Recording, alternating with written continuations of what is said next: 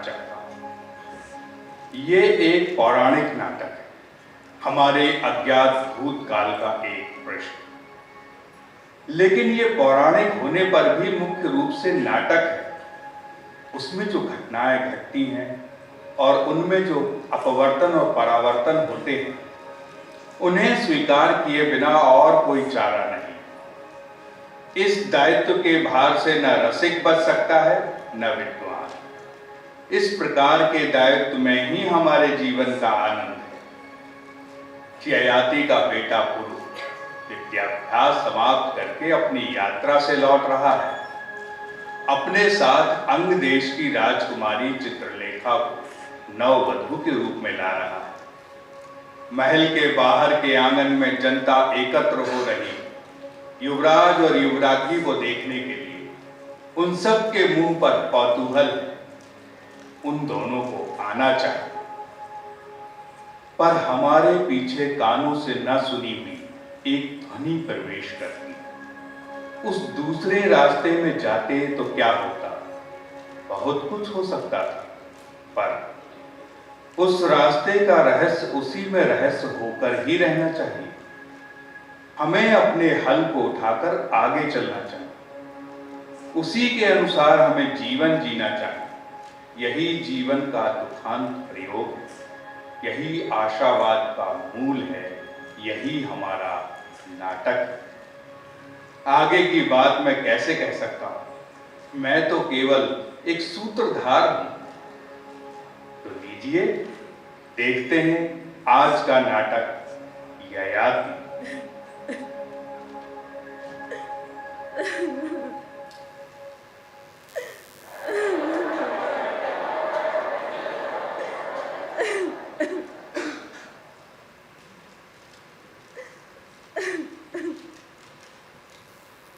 रो मत स्वर्णा, मैंने तुमसे कितनी बार कहा है किसकी बात की ओर ध्यान ना दो। चलो उठो, अभी अंतपुर को सजाना भी है। उस चंडाली को अगर आप न रोकती तो उसका जोटा उखाड़ के फेंक देती, दिखा देती उस राक्षसी को। ये चुभने वाली बातें, ये वेदना आपने भी सुना देवी। मेरी निंदा करने पर भी मैंने मुंह तक खोला, बाद में मारा और मुझे चीख। अंत में उसने मेरे पति की भी निंदा की। हाय, उसे याद करना भी मेरे लिए। पगली, उसकी वाणी ही ऐसी है, तुम्हें मालूम नहीं? देखो, उसकी ओर ध्यान देना भी व्यर्थ है। मेरा क्या दोष है? मेरे पति ने मुझे छोड़ दिया इसीलिए क्या मैं व्यर्थ में चिल्लाती रहती हूँ? मेरा ही दोष है, मेरा ही दोष है स्वर्णा। तुम्हारे पास शर्मिष्ठा को छोड़ना ही मेरा दोष है। आप भी ये सब क्यों सहन करें? उसे उन राक्षसों के पास फिर क्यों नहीं भेज दिया जाता? वो आपकी सखी है, ये सच है, मगर वो आपकी दासी भी है। पगली, अब भी हुआ नहीं है, पर हो सकता है। आज यहाँ पुरुराज आ रहे हैं, उससे पहले मैं आपसे कह रही हूँ, शर्मिष्ठा के क्रोध से डरने की आवश्यकता नहीं है, बल्कि सत्य से चुभने वाले उसके श्राप से डरना चाहिए। इधर उधर की मत हाँको स्वर्णा। तुम्हें शर्मिष्ठा के बारे में मुझसे कुछ भी कहने की आवश्यकता नहीं है। तुम्हें बात करने का अवसर देना ही मेरी भूल थी। जाओ, पुरुराज आने वाले हैं और अभी तक यहाँ की सजावट भी नहीं हुई। अंतपुर की सजावट हो गई? जी। तो जाओ, जाकर देख आओ, कहीं दोनों अंतपुर ऐसे ही न रह जाएं। जाओ।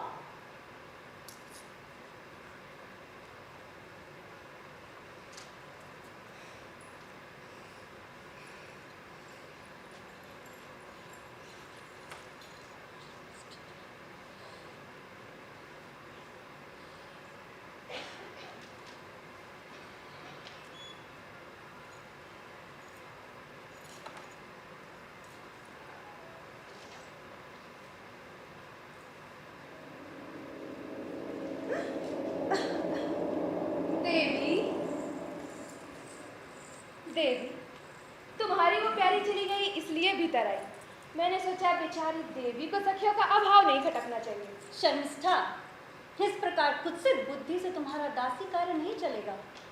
कभी कभी तो मुझे दया आ जाती है तुम पर, तुम्हें घर भेज देने की भी इच्छा होती है, लेकिन जब तुम्हारी एक कुटिलता देखती हूँ तो मुझे न जानता। और मुझ में मेरा कोई दोष हो तो बताओ, सुधारने का प्रयत्न करूंगी। मैं जन्म से ही असुर कन्या हूँ, फिर ये क्षत्रियों का महल तुम्हारे जैसी ब्राह्मणी। अच्छा छोड़, ये बताओ तुम्हारा युवराज आज ही आ रहा है ना? चुप हो, चुप हो और चुप हो। बाहर एकत्रित लोगों के सामने जाकर बको। पर वो स्वर्ण लता तो बेचारी परित्यक्तता है, उस पर क्यों आंखों गलती हो? मैंने महाराज से प्रार्थना की थी, इसीलिए उन्होंने अब तक सब कुछ सहन किया। एक दिन भी उन्होंने तुम्हें अपशब्द कहे, दुख दिया? देखो, तुम्हें जो भी लावा बरसाना है मुझ पर बरसाओ, मुझे चिंता नहीं। और वैसे भी ये हम दोनों के बीच का विवाद है, उसको छोड़ो। अरे चतुर लड़की, तुम यहाँ महारानी हो और मैं तुम्हारी दासी। ये बात विवाद की जगह नहीं है देवी। तुम्हारा ही आरंभ क्यों शतरंज का खेल है? शतरंज? शतरंज शतरंज कहकर तुम आग के साथ आंख मिचोली खेल रही हो शर्मिष्ठा। जरा अपने आपे में रहो, कहीं आंखें खोलने पर क्या हुआ देखा? जब मैंने आंखें बंद की थी तब मैं असुर कुल की राजकन्या थी, तुम हमारे राज्य की ब्राह्मण कन्या थी। रूप, विद्या, गुण सब कुछ तो था मुझ में। एक आर्य कुल की बात छोड़कर तुम्हारी संपत्ति क्या थी? तुम्हारे बाप के पास की एक संजीवनी के सिवा। फिर भी मैंने सखी के रूप में तुम्हारी पूजा की। तुमने जो मांगा सब दिया। मेरे दादा के श्राद्ध पर हीरे मोती से बना शंख तुमने अपने लिए मांगा था, याद है? उस शंख का क्या हुआ ये मेरे पिताजी को आज तक नहीं मालूम। मेरी आंखें खुली, मेरे लिए जो प्राप्य था वही तुम्हारे कुल की रानी बन गई और मैं बनी तुम्हारी दासी। तुम्हारी आंखों पर अभी ययाति के चुम्बनों का भार है। रात के बाद रात बीतते वो भार बढ़ता ही जा रहा है। मैं उसी के लिए यहाँ हूँ, तुम्हारी बंद होने वाली पलकों के पीछे पथराई आंखों में बसने वाली बिंब का निरीक्षण करने को। मूर्ख! उन पुतलियों में एक ही मूर्ति दिखाई देगी और वो है ययाति महाराज की मूर्ति। वाह, ये वाक्य कहाँ पढ़ा तुमने? तुम्हारी आंखों की पुतलियों में ययाति की कीर्ति है, मूर्ति नहीं। लेकिन उसकी आंखों की पुतलियों में क्या है मालूम है? महाराज की आंखों की पुतलियों में एक ही चीज है, संजीवनी की आशा। चुप करो शर्मो! ययाति भरत कुल प्रसूत है, उसे क्या क्षत्रिय कन्याओं की कमी थी? आश्रम में पली गौओं के पीछे वर्षा और धूप में परिश्रम करके बड़ी हुई लड़की हो तुम। उन कोमलांगियों में न दिखने वाला और दिखती हड़प कर जाने की इच्छा उत्पन्न करने वाला रूप भी है तुम में। शर्मो! ययाति के पास अश्वमेध का पारस था, नए नगर का ऐश्वर्य था, शुक्राचार्य के पास संजीवनी विद्या थी। चुप रहो पिशाच, तुम्हारी जीवा कटवा दूंगी। ये क्या? एक क्षण में पिशाच, एक क्षण में मेरी प्यारी। ययाति ने जब तुम्हें पहली बार देखा तब तुम कहाँ थी? जरा याद करो। एक कुएं में। तुम्हारे शरीर पर मेरी दी हुई कुंचकी थी, मुंह बाल सब कीचड़ में सन गए थे, रक्त बह रहा था और तुमने समझा उस महान सौंदर्य पर ययाति लट्टू हो गया है। अरे वो तो तुम्हें वहीं छोड़कर चला जाता। तुम देवयानी हो ये मालूम होते से मृत्यु को जीतने की इच्छा तीव्र हुई, तब तुम्हें वटवृक्ष की ओट में पत्तों की सेज पर ले गया। और हाँ, इस बात का पूरा ध्यान रखा कि हाथ लगा शिकार कहीं खो ना जाए। संजीवनी मिलने पर तुम्हें क्यों ना शिकार करे, अक्षय पुष्प के साथ मिले कीड़े की तरह चीखो, गला फाड़ कर चीखो। तुम्हारे विष के धुएं से तुम्हारी बुद्धि मंद हो गई है। सत्य का सौंदर्य तुम्हें कैसे समझ आएगा? मैं कुएं में गिरने से रो रही थी कि कोई आए। आवाज सुनकर वो झांका, अपना हाथ बढ़ाकर मुझे ऊपर खींचा। ऊपर आकर देखती हूँ तो महाराज। आंखों पर विश्वास न कर सकी। और उसी के साथ ही पुरुष जाति के प्रति जो तिरस्कार था वो भूल गई। कच ने जब तुम्हारा तिरस्कार किया था और तब तुमने जो प्रतिज्ञा की थी वो भी भूल गई। पहले मैंने ही कहा था कि मैं कुमारी हूँ, आपने मेरा दायां हाथ पकड़ा है। उन्होंने तो एक शब्द भी नहीं कहा, केवल मुझे अपनी ओर खींच लिया। बट वृक्ष के नीचे जब मैंने जुगुप्सा से तुम्हारी फटी चोली को उतारा तो उन्होंने मुझसे पूछा कि ऐसा क्यों किया। बस वही उनका पहला वाक्य था। अरे उन्होंने तो मेरा नाम तक नहीं पूछा। मेरे पिता के पास संजीवनी है ये जानने से पहले ही उन्होंने मुझे स्वीकार कर लिया था। तुम्हारे मन में सड़ने वाले मत्सर से मैंने एक याद की रक्षा की थी। हाँ, परंतु इसकी पवित्रता के लिए मुझे अब कोई भय नहीं है। अच्छा देव, बहुत अच्छा। तुमने अपनी कुत्सित भावनाओं को पवित्रता का नाम दिया। तुम अपने मन की आकर्षण इच्छाओं को मुझसे मत छिपाओ। तुम्हारे गांधर्व विवाह के बाद ही तुम्हारा नाम पूछा था ययाति ने। वैश्या का भी पहले नाम पूछा जाता है देव। यदि तुम शुक्राचार्य की कन्या ना होती तो वो तुम्हें वहीं छोड़कर चला जाता। तुम्हारे कौमारपन अपने रक्त चक्र की कीचड़ उछाल कर तुम्हारा नाम तक बिना पूछे चला जाता। चंडालिनी! आइए, आकर देखिए संजीवनी से विवाह करने वाले प्रेम गीत।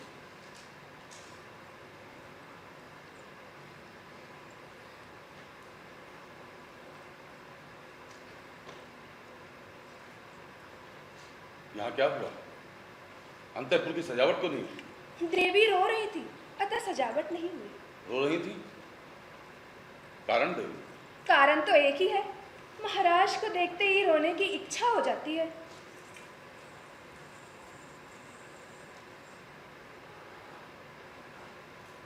ये क्या देवी? आज शुभ दिन है, पुरराज के आगमन का दिन, और तुम्हारा श्रृंगार नहीं हुआ, अंतःपुर की सजावट तक नहीं हुई।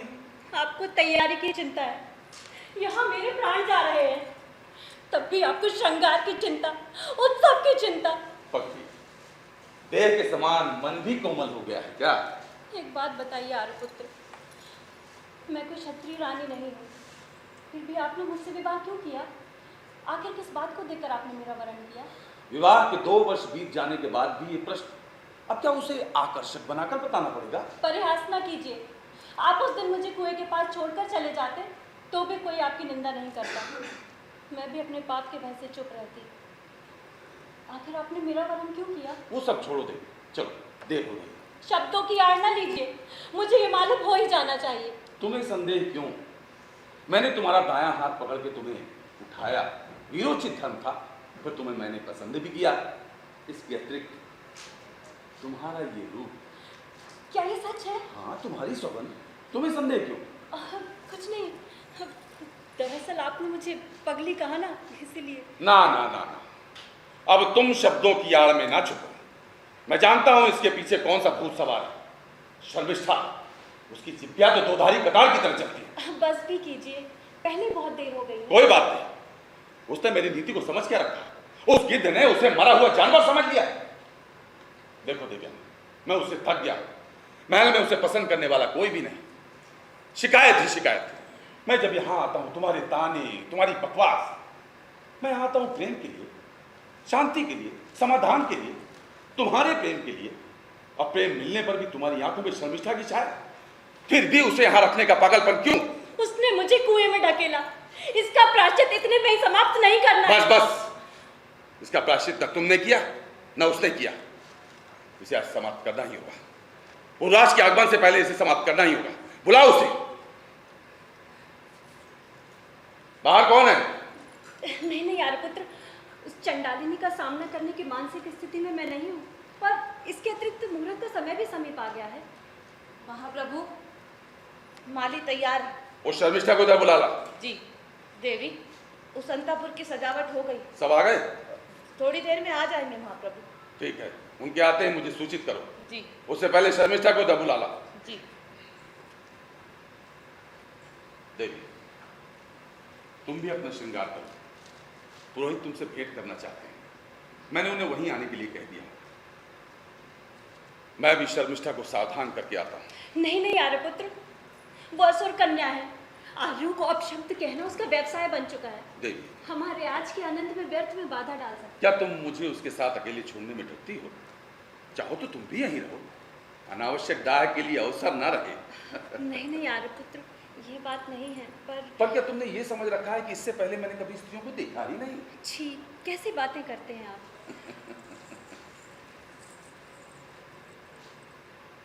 तो ठीक है, मेरा कहा याद रहे। श्रृंगार जल्दी हो, और हाँ, मुहूर्त से पहले सब कुछ हो जाना चाहिए। जी।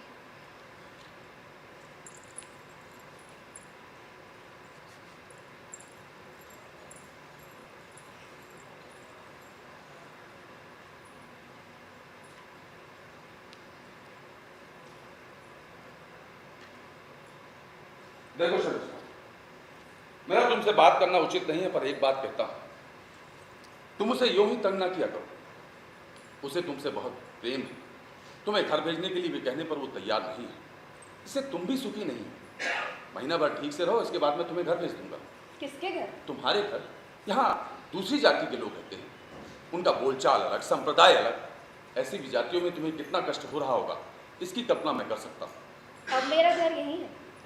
मैं देवयानी की दासी बनकर ही रहूंगी, ये वचन मैं अपने पिताजी को दे चुकी हूँ। अब आप मुझे यहाँ से निकाल भी दें तो भी मैं नहीं जाऊंगी। और तुम जो ये विश्व गलती हो, उससे तुम सुखी हो? मैं अमृत उगल सकती थी, किंतु मैं निरीह ब्राह्मण कन्या नहीं हूँ, असुर राजकन्या हूँ। अब ये विश्व मेरे अस्तित्व में घुल मिल सा गया। इससे हमारे अस्तित्व का क्या होगा, इसकी कल्पना है तुम्हें? मैं पत्थर फेंक सकती हूँ, किंतु उससे उठने वाले लहरों पर मेरा अधिकार। लहरें नहीं, भंवर कहो, भंवर। यह भंवर उसमें डूबने वालों को ही नहीं, उन्हें बचाने जाने वालों को भी ली लेता है। तुमने देवयानी को कुएं में ढकेला, इसलिए वो भंवर। मैंने उसे बचाया और स्वयं उस भंवर में फंस गया। अपराध करते समय मानवता का एक भी कण तुम में नहीं था। आप उस शब्द का अर्थ भी जानते हैं महाप्रभु? क्या मनुष्य साँचे में से निकाला गया मोम का पुतला होता है? आपने बुढ़ापे से सूखे ऋषियों के चरणों में बैठकर अध्ययन किया है, किंतु मनुष्य को आपने अपनी प्रजा की दृष्टि के अतिरिक्त और किसी दृष्टि से नहीं देखा। मैंने देखा है, हजारों बार पराजित होने पर भी सुरपति बने इंद्र में, अपने पिता के पास संजीवनी होने के कारण अपने विकारों के लिए जगत को झुकाने वाले देवयानी में, केवल असुर होने के कारण तिरस्कृत होने पर भी अमृत की आशा ना छोड़ने वाले असुर वीरों में। मैं तुम्हारा ज्ञान देखकर हैरान, पर अब मुझे जाना ही होगा। जरा ठहरिए, आप ही ने पूछा है, बता देती हूँ। क्या आपने ये समझा है कि मैं सदा से ऐसी ही थी? नहीं महाप्रभु,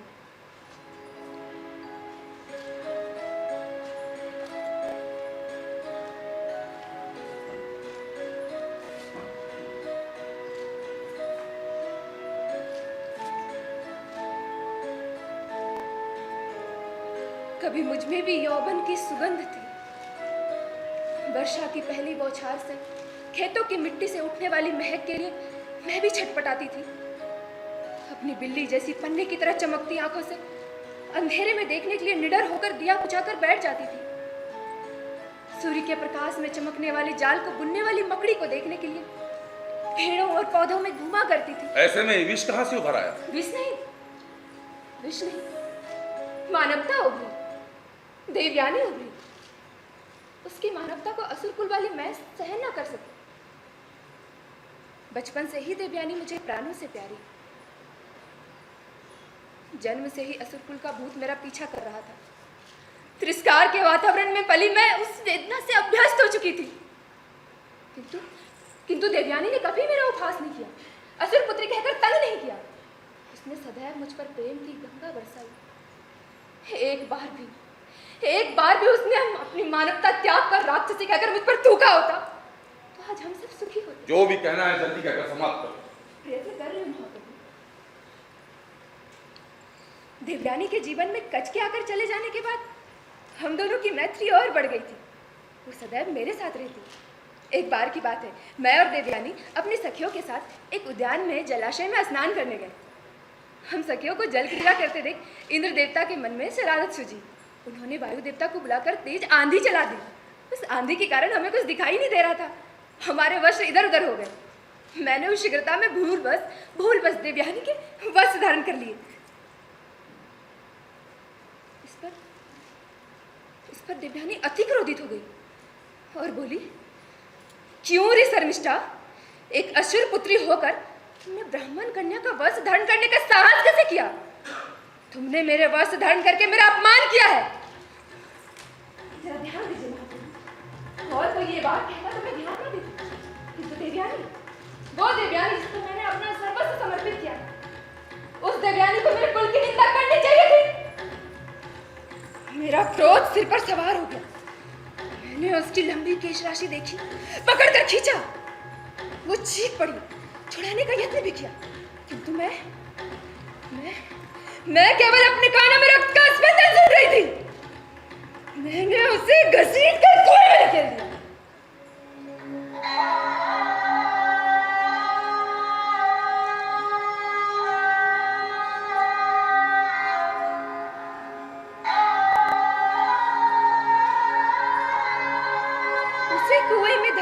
बात तो जैसे जग जाहिर होगी,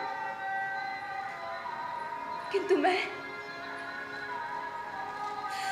उसी कुएं की जगह पर बैठकर कई घंटे लगातार रोई।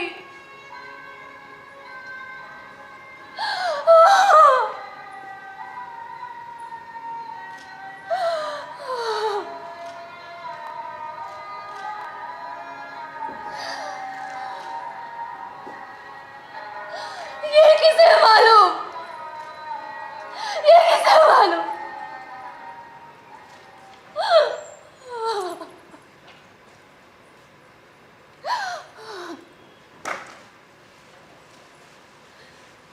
क्यों? आश्चर्य हुआ? मेरी आंखों में भी पानी है महाप्रभु, किंतु लोग उनके आंख को ही महत्व देते हैं।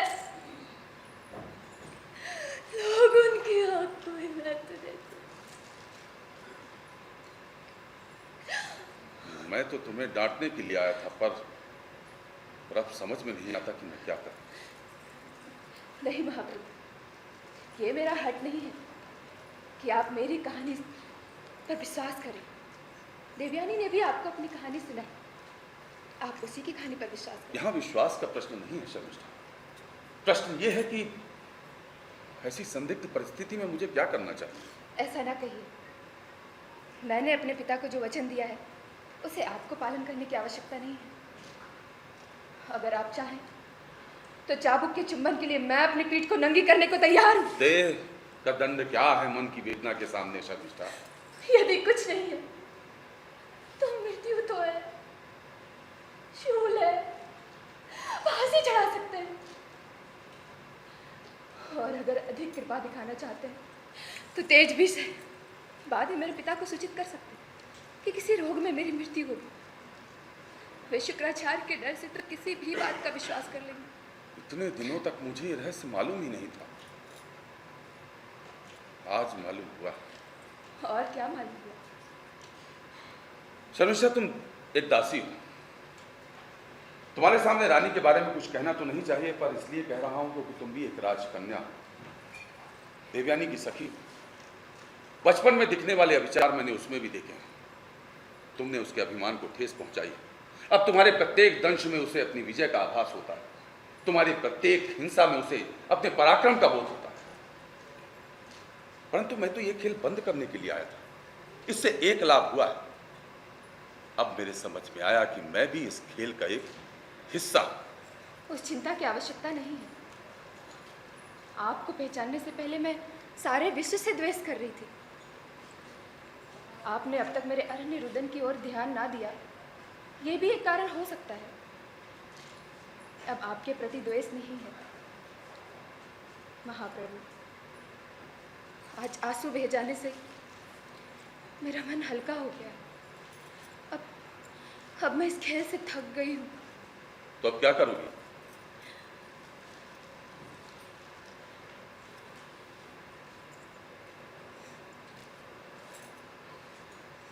ये देखिए, मेरे यहाँ आते समय मेरे पिता के द्वारा दी हुई विष की डिबिया। इसे मैंने अपने और देवयानी के लिए सजो कर रखा, पर अब उसे मारने की इच्छा नहीं है मेरी। पगली, तुम्हें मारकर अब ये खेल बंद नहीं किया जा सकता। अब यही मेरा अंतिम आधार है। शर्मिष्ठा, मूर्खों जैसी बातें मत करो।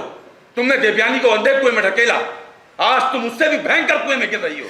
किंतु उसकी ओर हाथ बढ़ाने, हाथ देने आप सही समय पर पहुंच गए थे। शर्मिष्ठा, मैं असुर कन्या हूं, मेरे हाथों में कांटे हैं। शर्मिष्ठा, शर्मिष्ठा मेरी बात सुनो। शर्मिष्ठा रुको। आर्यपुत्र, आपने मेरा दायां हाथ पकड़ा। क्षमा कीजिए, मैं केवल दासी हूँ, मैं हार कन्या नहीं हूँ। आप मुझे अपनी रानी के रूप में स्वीकार करें, ऐसी इच्छा भी नहीं है मेरी। मैं दासी बनकर ही रहूंगी, पर मैं अपने को आर्य कन्या ही कहती हूँ। महाप्रभु, मुझे इस कुएं से बाहर निकालिए। मैं यहाँ अंतर पिशाच बनकर नहीं रह सकती। नहीं रह सकती। शर्मिष्ठा,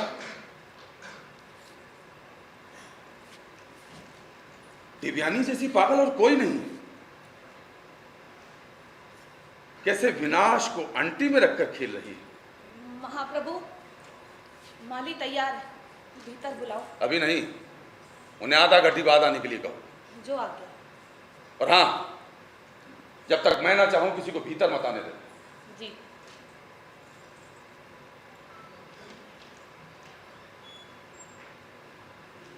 देखा शर्मिष्ठा,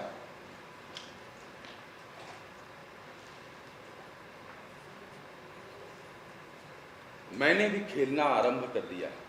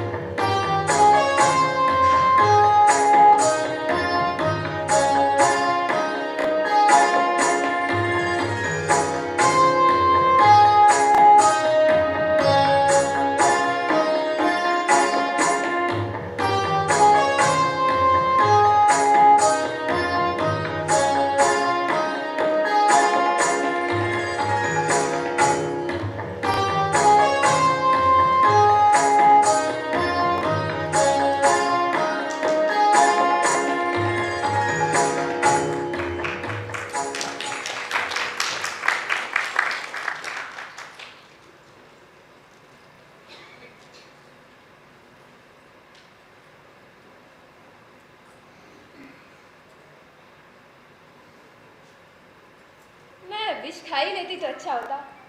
आपने व्यर्थ में ही रोक दिया। यही तो है, यौवन मृत्यु से नहीं डरता। हाँ, आपके बूढ़े होने तक ऐसा कह पाने में कोई रोक नहीं है। क्यों? तब तक आपके ऐसे पराक्रमों का हिसाब रखते चले तो देवयानी तो आपसे पहले ही बुढ़िया हो जाएगी। तुमने क्या समझ रखा है? भोग के अतिरिक्त और कोई पराक्रम नहीं है। नहीं, मैंने ऐसा कब कहा? किंतु जीते जाने वाले देशों और मारे जाने वाले वैरियों की भी एक सीमा होती है। सत्याग्रह पर ऐसी कोई सीमा है? आर्यावर्त की मुझे व्यर्थ ना छेड़ो शर्मिष्ठा। अब तक देवयानी की बातें सुनकर तुम्हारे ताने से परंतु अब मैं अपनी रानी की बातें सहन नहीं कर पाऊंगा। मैं और आपकी रानी? हाँ। ये कैसे पागलपन है? ये संभव नहीं है। जो भी हो, मैं अपने पिता के वचन बस देवयानी की दासी हूँ। अब सौत की दासी बनने की इच्छा नहीं है मेरी। एक ही रनिवास में झगड़ते रहना बहुत हो गया। ऐसे एक ही पलंग पर झगड़ने की इच्छा नहीं है मेरी। मेरे रहते हुए तुम्हें चिंता किस बात की? केवल आपकी। इसके अतिरिक्त मैं राक्षसी हूँ। महारानी की दासी होने के कारण तो रास्ते पे चल पाती हूँ। अब आपकी रानी बन जाऊँ तो ये हजारों लोग क्या कर डालेंगे? आपने जरा सोचा भी है? लोगों से मुझे याद आया कि पुराज के आगमन का समय हो गया और अभी तक अंतःपुर को सजाया नहीं गया। घबराइए मत, आपकी चतुर्दासियों ने एक और अंतःपुर सजा दिया होगा। बाहर कौन है? आई महाप्रभु। आज्ञा महाप्रभु। मालियों से कहो अंतःपुर को सजाना आरंभ करें। माली तो चले गए महाप्रभु। चले गए? किसकी आज्ञा से? महारानी देवयानी की आज्ञा से। उन्होंने आज्ञा दी थी। महारानी? वो यहाँ कब आई? कहाँ है? बाहर खड़ी है। 5 निमिष हो गए। अरे मूर्ख, तुमने मुझे पहले क्यों नहीं बताया? उन्हें भीतर भेजो। जो आज्ञा। शर्मिष्ठा, अब क्या किया जाए?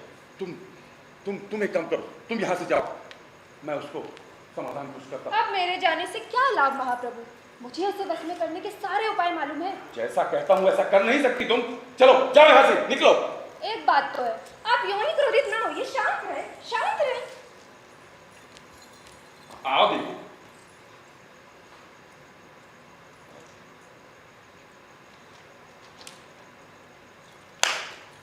बहुत अच्छा। अंतःपुर का पुनरारंभ बहुत अच्छा किया। ऐसा मूर्त तो किसी देवता की कृपा से भी नहीं हो सकता था। वो कहाँ गई? कौन देवी? आओ आओ बैठ।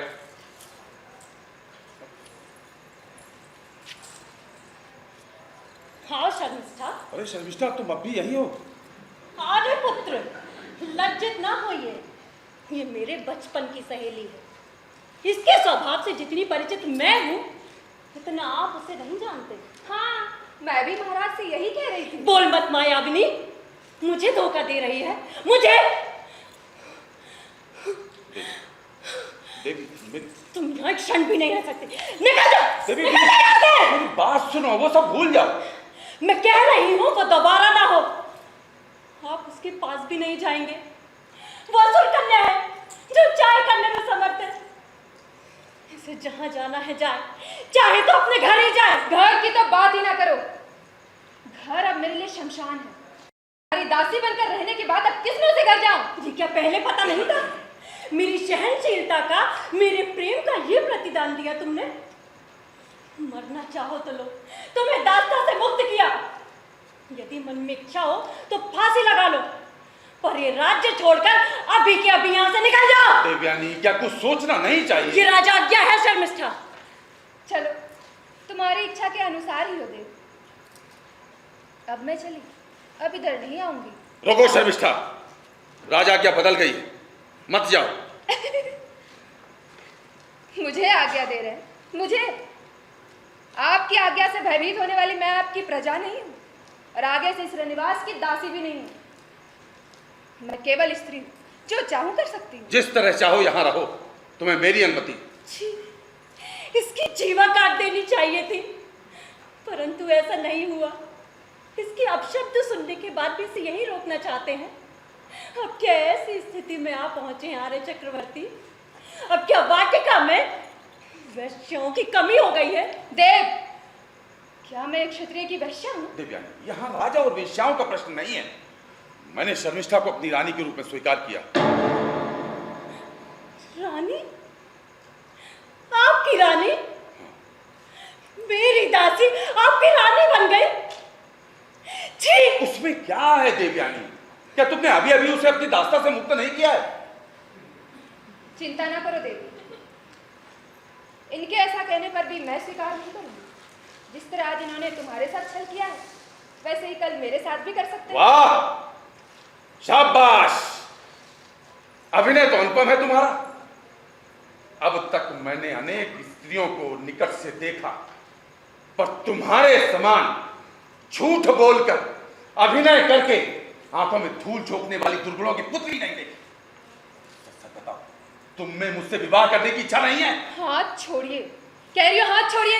उसका हाथ नहीं छोड़ना है, कम से कम मेरे सामने कुछ तो लज्जा रहे। नहीं छोड़ूंगा।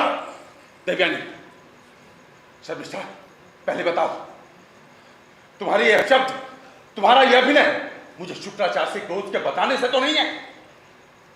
सच सच बताओ, झूठ मत बोलना। मैं इतना मूर्ख नहीं हूं। देवयानी कहीं गुस्से में आकर शुक्राचार्य का क्रोध ना बढ़ा दे, यही डर है ना तुम्हें? और देवयानी, तुम्हें हट क्यों? महाराज, आप चाहे हजारों पत्नियां रख लीजिए, यदि इच्छा ना हो तो कल से मेरे अंतःपुर में भी पाँव न रखिएगा, मुझे चिंता नहीं, लेकिन इसे त्यागना पड़ेगा, इसे त्यागना ही पड़ेगा। तुम्हें ये हट क्यों देवयानी? भूलना इतना सरल नहीं जितना आप समझते हैं। इसके अतिरिक्त आज प्रातः इसने मुझे वैश्या से भी नीच कहकर मेरा अपमान किया। मेरे पिता के अतिरिक्त मेरा कोई अस्तित्व नहीं है, ये भी कहा। अब वैश्या के समान दर दर की ठोकरें कौन खाएगा, मुझे अब यही देखना है। बाकी बातों के लिए मेरा मुंह ना खुलवाओ देव। अपनी बातों पर दृढ़ रहने का धैर्य है मुझ में। डरो मत, मैं रानी नहीं बनूंगी। वाह, कैसा आत्मत्याग, कैसा बलिदान! मुझे शुक्राचार्य के क्रोध से बचाने के लिए कैसी महान नैतिकता! पगली, इस जगत में इतना समय नहीं है आत्म बलिदान के लिए। यहां जो है वो एक ही है, तारुण्य, वो भी मृत्यु की छाया में। महाराज, आपको इसके जैसी हजारों स्त्रियां मिल जाएंगी, इसे इसके रास्ते जाने दीजिए। मैं आपके पांव पड़ती हूँ, इसे जाने दीजिए इसे। हिंसा ना रोकने के कारण अब मैं चलती हूँ महाप्रभु। जाना ही चाहती हो तो यहां से जाओ, परंतु महल त्यागने का साहस मत कर। आपसे जो कहना था कह चुकी। मेरा विनाश तो रुक नहीं सकता, कम से कम आपको बचाने के लिए आई। इच्छा हो तो आइए, मेरी निंदा ना कीजिए।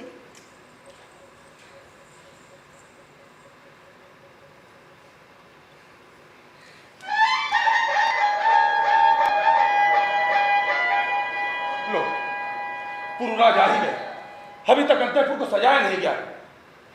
अब मुहूर्त नहीं रोकना चाहिए। देवी, चलो, तुम्हें युवराज की आरती उतारनी। चल आओ। महाप्रभु, मेरे अंदर भी विष है, उसे उस राक्षसी पर उगलने के लिए विवश न कीजिए। देखिए, मैंने आज तक आपसे कुछ भी नहीं मांगा, बस एक चीज मांगती हूँ, उस शर्मिष्ठा को छोड़ दीजिए उसे, छोड़ दीजिए। देवयानी, किसी और बारे में होता तो मैं तुम्हारी बात मान भी लेता, लेकिन इस बारे में मत जाओ। मैंने आज तक स्त्रियों को अपने रूप से, अपनी बातों से जीतता आया, परंतु शर्मिष्ठा ने मुझे चकित कर दिया। अपने भाव भंगिमाओं से नहीं, आकर्षण सौंदर्य से भी नहीं, उसने मुझे अपनी बातों से हरा दिया। भरतकुल को ऐसे हराना चाहिए क्या? अब मेरे मन की शांति लौटानी है तो मुझे उससे जीतना ही है। नहीं तो एक बात है देवयानी, तुम दोनों के तानों में और अंतःपुर की ईर्ष्या से मुझे ऐसा महसूस होने लगा था जैसे मैं बूढ़ा हो रहा। शर्मिष्ठा ने वो सब भुलाकर मुझे पुनः यौवन दान दिया। मैं उसे नहीं छोड़ सकता। चलो, युवराज आ ही गए। मैं नहीं जाती, आप ही जाइए उसके पीछे। ये क्या देवी, जाओगी नहीं? लोग क्या कहेंगे? हमारे झगड़े से युवराज का क्या संबंध? ठीक, अब नहीं जाती तो कोई क्या कर सकता है। ठहरो, विश्राम करो, मैं पुरुराज को यहीं लेकर आता हूं।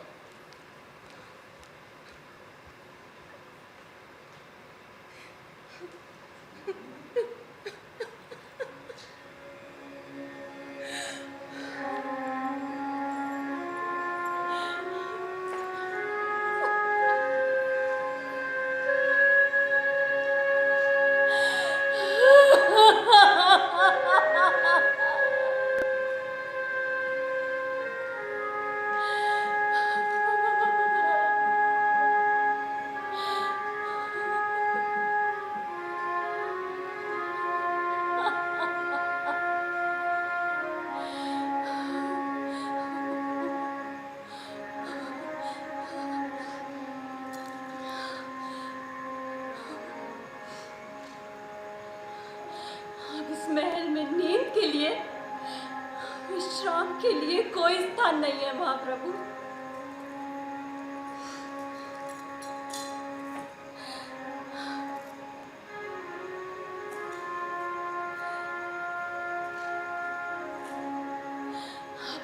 केवल जागृति, अब है तो केवल मृत्यु। मृत्यु।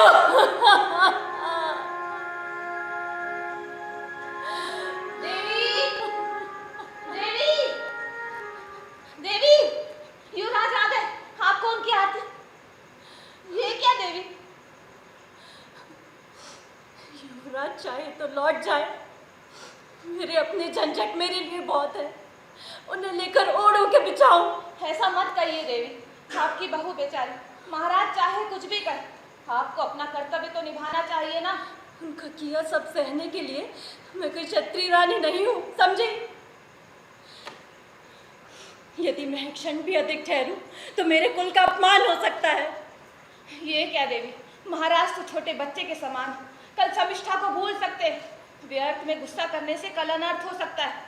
उनकी बहू बेचारी, यदि आज युवराज का अपमान हो तो बहू के पांव घर में पड़े लक्षणों की बात कहे बिना लोग नहीं रहेंगे। तो फिर मेरा अपमान, तो फिर मेरा अपमान, जब मेरा प्रेम ही मिट्टी में मिला जा रहा हो तो भी क्या मैं अपनी सौत के बहू के मान अपमान की चिंता करूं? वो सौत की बहू नहीं है, आपकी बहू है, जो युवराज को बचपन में छोड़ गई।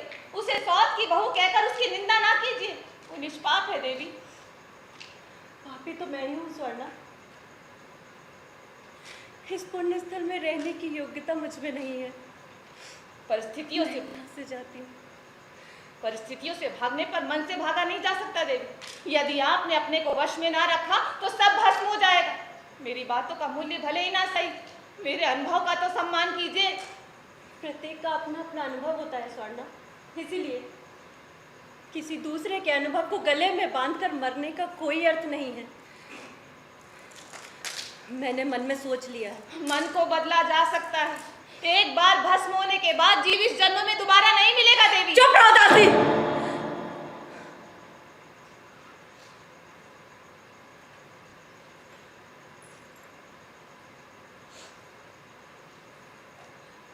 मैं जब यहाँ आई तो इस मंगल सूत्र के अतिरिक्त मेरे पास और कुछ ना था। अब इस अमंगलकारी मंगल सूत्र के भार से मुक्त होकर जा रही हूँ।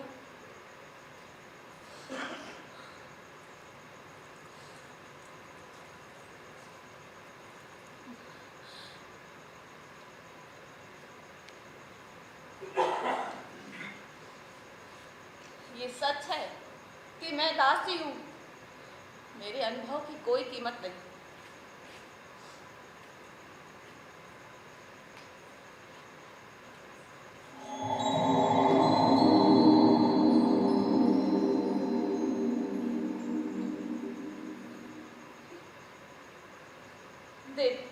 देवी, आप अपने माँ बाप से पूछकर देखिए, वे ज्ञानी हैं, वे आपको सलाह दे पाएंगे। तुम्हें ये कहने की आवश्यकता नहीं है स्वर्णा, मैं उन्हीं के आश्रम में तो जा रही हूँ। इसके लिए आश्रम जाने की क्या आवश्यकता है? युवराज को देखने के लिए शुक्राचार्य स्वयं यहाँ पधारे।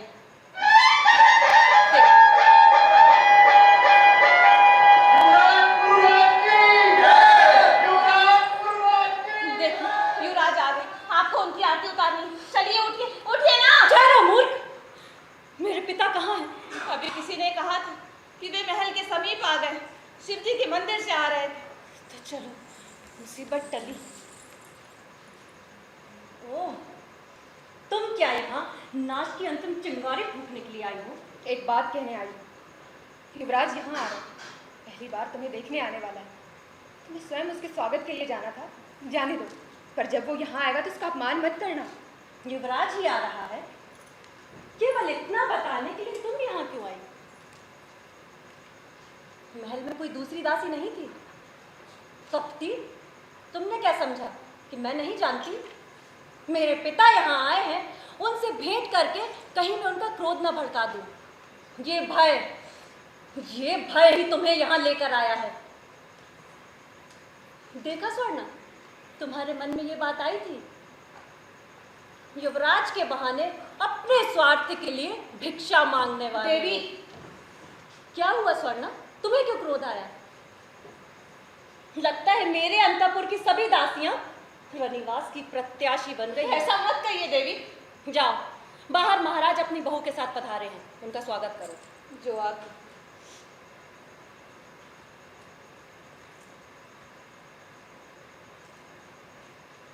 युवराज के आने तक मुझे यहीं रोकने का विचार है ना शर्मिष्ठा?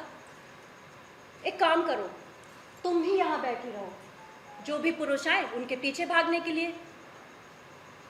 और यदि महाराज की चिंता है तो तुम्हें ये महल छोड़कर जाना ही पड़ेगा। अब मैं कहाँ जाऊँ देवी? और यदि चली भी जाऊँ तो मुझे पकड़कर मंगवाने में उन्हें कितनी देरी लगेगी? मैं ये सब कुछ नहीं जानती। जब तक महाराज का हाथ तुम्हें सहलाता रहेगा मुझे शांति नहीं है, मुझे शांति।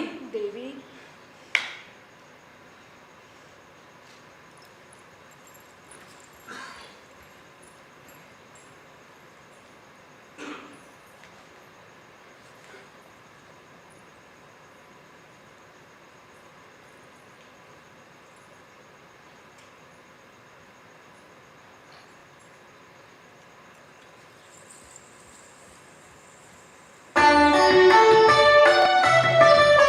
देवयानी,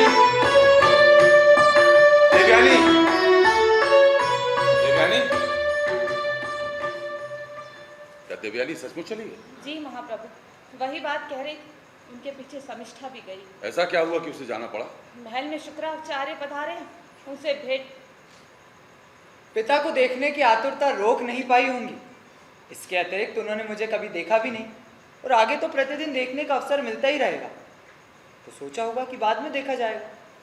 उसमें क्या बात है पिताजी, ठीक ही है। अब तक जो विधियां शेष रह गई है उन्हें भी आप ही पूरा कर दीजिए। वो सब पुरोहित देख लेंगे, तुम लोग जाकर विश्राम करो। स्वर्णलता, इन्हें विश्राम गृह की ओर ले जाओ। मैं थका नहीं हूँ। पूर्व प्रवेश के मुहूर्त की प्रतीक्षा में नगर के बाहर 2 दिन विश्राम किया है, वही बहुत है। जाओ देवी, तुम अपने परिजनों के साथ रनिवास जाओ। आइए देवी।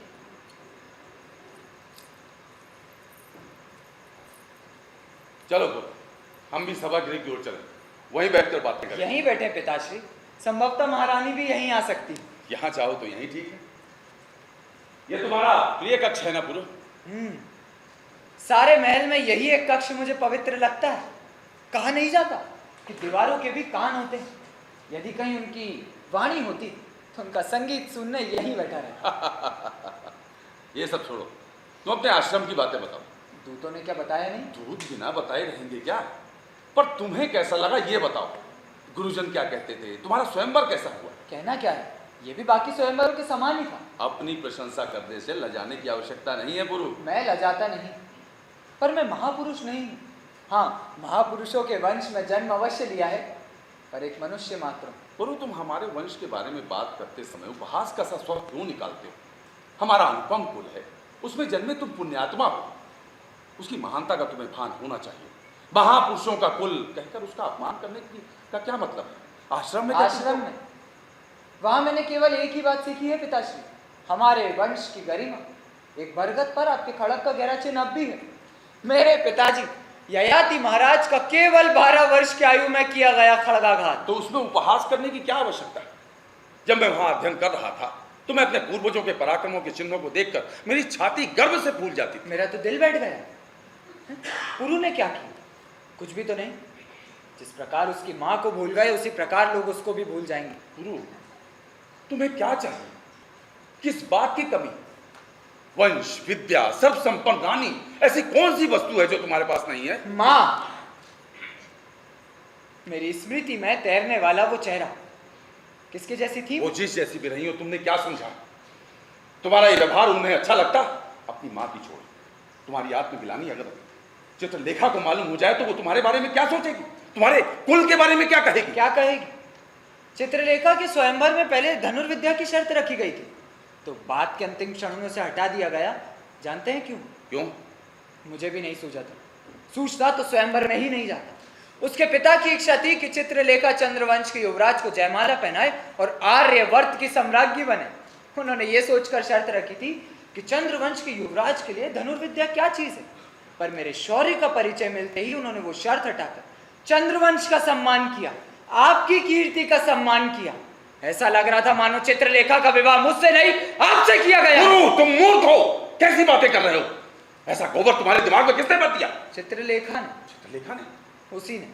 मेरी 15 दिन की पत्नी ने उसे मेरे बारे में अकथनीय असंतोष है, तिरस्कार क्यों ना, वो विदुषी है, उसमें तो वीर प्रसवनी बनने की इच्छा है। आपके समान पराक्रमी पति चाहिए था, मेरे जैसे रोहू को गले में मढ़कर वो क्या करेगी? गुरु, तुम ऐसे पराक्रमी वंश में जन्म लेने वाले तुम ऐसे क्यों निकल गए गुरु? ये मेरे पराक्रमी पूर्वजों का ही प्रताप है पिताश्री। बचपन से आज तक प्रातः संध्या रात सभी लोग एक ही बात कहते हैं, अपने पूर्वजों के समान बनो, पूर्वजों के समान बनो। परंतु जब मैं इस कक्ष में रहता हूं तब ये बात कोई नहीं कहता। गुरु, हमारे बात करने से कोई लाभ नहीं। हम जब भी बात करते हैं तो केवल झगड़ा करते हैं। मालूम नहीं ऐसा क्यों होता, पर हम 2 दिन साथ में रह जाएं तो केवल और केवल वाद विवाद होता है। वाद विवाद क्यों हो पिताश्री? मैंने बार बार कहा है कि मैं अपने पूर्वजों के रास्ते पर चलना नहीं चाहता, मेरा रास्ता दूसरा है। क्यों? उनके आदर्शों में क्या बुराई? वो अपने आदर्शों की वजह से प्रजा की आंखों में देवता बने। वे देवता बने ठीक है, मैं अकिंचन बनना चाहता हूँ। प्रजा की आंखों में देवता बनना मेरे लिए संभव नहीं है तो पिताश्री। विवाह क्यों किया? कल राजा बनोगे तो क्या करोगे? मेरा विवाह करना अकिंचन बनने के महाकार्य का पहला सोपान। मैं अपने पहले बेटे को आपकी गोद में डालकर चला जाऊंगा, वो अपने पूर्वजों के महान रास्ते पर चलेगा और मैं अपने रास्ते पर चलूंगा। बात करना सरल है गुरु, तुम्हारा रास्ता कौन सा है क्या तुम जानते भी हो? मेरा एक सारथी था, वो दासी है ना स्वर्णलता, उसका पति, वो एक दिन घर बार और पत्नी को छोड़कर मदिरा और वेश्याओं के पीछे भागा।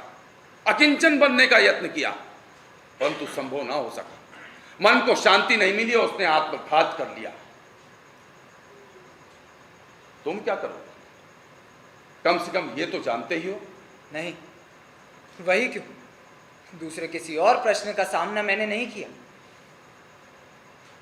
पिताजी, कक्ष मुझे प्रिय है, इसीलिए आपने कहा था ना कि मेरे अंतापुर की व्यवस्था यहां कराएंगे, फिर क्यों नहीं की गई? पता नहीं, भगवान जाने।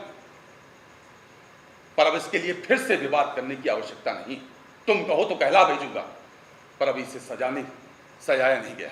सजाया नहीं गया तो कोई बात नहीं, इसके अतिरिक्त तो सजावट को देखने वाली चित्रलेखा थोड़ी है, तो वो यहीं आ जाए। बाहर कौन है? आई महाप्रभु। आ गया महाप्रभु। चित्रलेखा से कहो यहीं आकर विश्राम कर। पर आज्ञा का पालन हो। जो आ गया। उसे कहो कि पुरुराज ऐसा चाहते हैं, नहीं तो लोग ये ना कहें कि वधु के प्रथम आगमन पर अंतःपुर को सजाने तक की योग्यता नहीं थी हमें। पिताजी, फिर एक अंतिम बात पूछता हूँ, मेरी माँ कौन थी और अब मुझे इसका संपूर्ण उत्तर मिलना ही चाहिए। गुरु, तुम्हारे बातों में यदि अपमान की ध्वनि नहीं होती तो मैं तुम्हें स्वयं बता देना चाहता था। गुरु, वो किसके जैसी थी? मैं जब दिग्विजय पर निकला तब मेरी उससे भेंट हुई। उसके रूप पर मोहित होकर मैंने उससे विवाह कर लिया, परंतु उसने एक निमिष मन को शांति नहीं दी।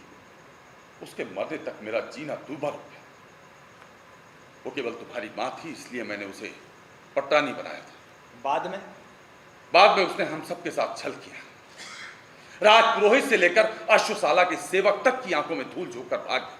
क्यों, क्या हुआ था? उसके अंतिम दिन सुख से नहीं बीते।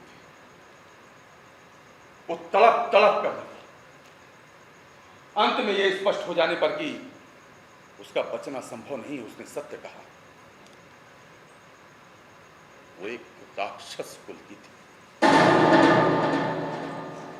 हाँ, तुम्हारी धमनियों में राक्षस कुल का रक्त भी है।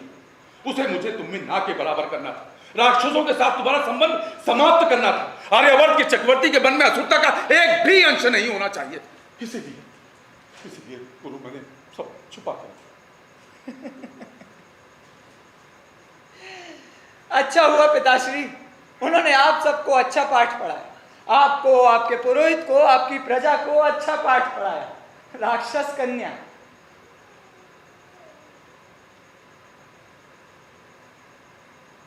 राक्षस कन्या। पर यह सब आपने मुझे पहले क्यों नहीं बताया? अपने दंभ के लिए मेरा जीवन नष्ट क्यों किया? अब ऐसे खड़े क्या देख रहे हैं? तब क्यों मुंह नहीं खोला? युवराज, अब आपको ही महाराज को बचाना होगा। युवराज, दया करके जाइए। युवराज, देर नहीं कीजिए। कौन हो तुम? क्या हुआ शर्मिष्ठा, क्यों चीख रही है? बताती हूँ, पर विलंब ना कीजिए युवराज, वे नगर छोड़कर चल पड़े हैं। शर्मिष्ठा, क्यों पागलों की सी बातें कर रही हो? वो माने कौन? शुक्राचार्य प्रभु, वो और देवयानी। वे नगर छोड़कर क्यों गए? क्या हुआ पिताश्री? उसे सुनने के लिए नहीं ठहरिए युवराज। शुक्राचार्य ने क्रोध में आकर महाराज को शाप दिया है। अब आप भाग कर जाइए युवराज, वे नगर छोड़कर चल। शर्मिष्ठा, क्या कहा? क्या शाप दिया उन्होंने? उन्होंने शाप दिया है, महाराज आज रात से पहले बूढ़े हो जाए। क्या? मैं उनके पांव पर लौटी। महाराज के लिए देवयानी को बचाने की बात भी याद दिलाई, पर कोई लाभ नहीं हुआ। युवराज वो नगर छोड़कर चल पड़े। युवराज, ये सत्य है या तुम्हारा विभत्स विनोद? मैं अभी जाकर उस बूढ़े की दाढ़ी खींचकर उससे पूछता हूँ। नहीं महाराज, अब आपके जाने से कोई आशा नहीं है। अब अगर आप गए तो कोई अनर्थ हो सकता है। अब अपने बेटे को ही भेजिए। युवराज, आपको ही जाना होगा। युवराज, ये किसी से संभव नहीं है। युवराज, ये आप ही कर सकते हैं। युवराज,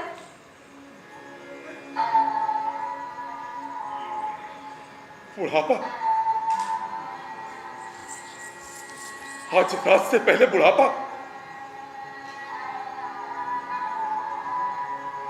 उसके बाद क्या? उसके बाद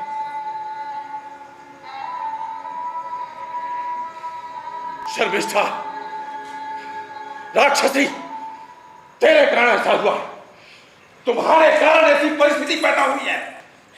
चिंता ना कीजिए, युवराज गए हैं, शाप निवारण अवश्य कराएंगे। मेरी बात पर विश्वास कीजिए। शाप निवारण का रास्ता देखते हुए बैठे रहना होगा क्या? एक और वो फूसक बूढ़ा और दूसरी ओर भीगती मसों वाला वो बच्चा। वो बूढ़ा मुझे देखते ही आग उगलता और मेरा बेटा मुझे देखते ही आग हो जाता। वो मेरे शाप निवारण का यत्न करेगा। नहीं शर्मिष्ठा, मुझे जाना ही होगा। मुझे शुक्राचार्य से भेंट करना ही होगा। नहीं महाप्रभु, अब आपके जाने से कोई आशा नहीं है। शांत रहे, शांत रहे। शांति? ये शांति अथाह कुएं में गिरने की सी शांति है। प्रेरणाहीन गति, आधारहीन स्थिरता, इससे भयंकर और क्या हो सकता है शर्मिष्ठा? यदि वो शांत ना हुआ तो क्या होगा शर्मिष्ठा? यदि वो शांत ना हुआ तो? भयभीत ना होइए, बुढ़ापे से कोई नहीं बच सकता। आपने उसे व्यर्थ में जल्दी बुला लिया है, पर कोई बाधा नहीं। अब आप वानप्रस्थ स्वीकार कीजिए, मैं भी आपके साथ चलती हूँ। मुझे आपके दुख की गहराई का ज्ञान नहीं है, पर कल्पना कर सकती हूँ। चुप रहो तुम! तुम्हारा उसकी कल्पना कर पाना असंभव है। उसमें भी तुम बाहर की, मेरे दुख से बाहर, मेरे अस्तित्व के बाहर। तुम केवल मेरे हृदय पतन को देख सकती हो। इतने वर्ष अभिमान से निमिषों को अपने अधीन वज्र के समान एकत्र करके रखा। यदि वे सब मेरी मुट्ठी में एक एक करके विस्फोट हो जाए तो क्या करूं मैं, क्या करूं?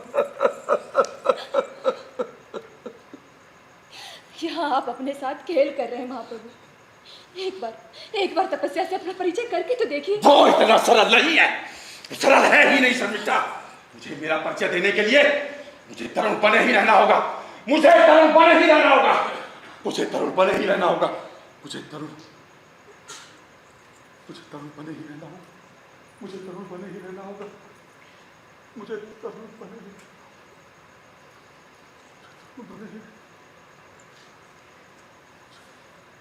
बने ही रहना होगा। ये आप क्या कर रहे हैं महाप्रभु? मैं अपने भूतकाल को पकड़ने का प्रयत्न कर रहा हूं शर्मिष्ठा।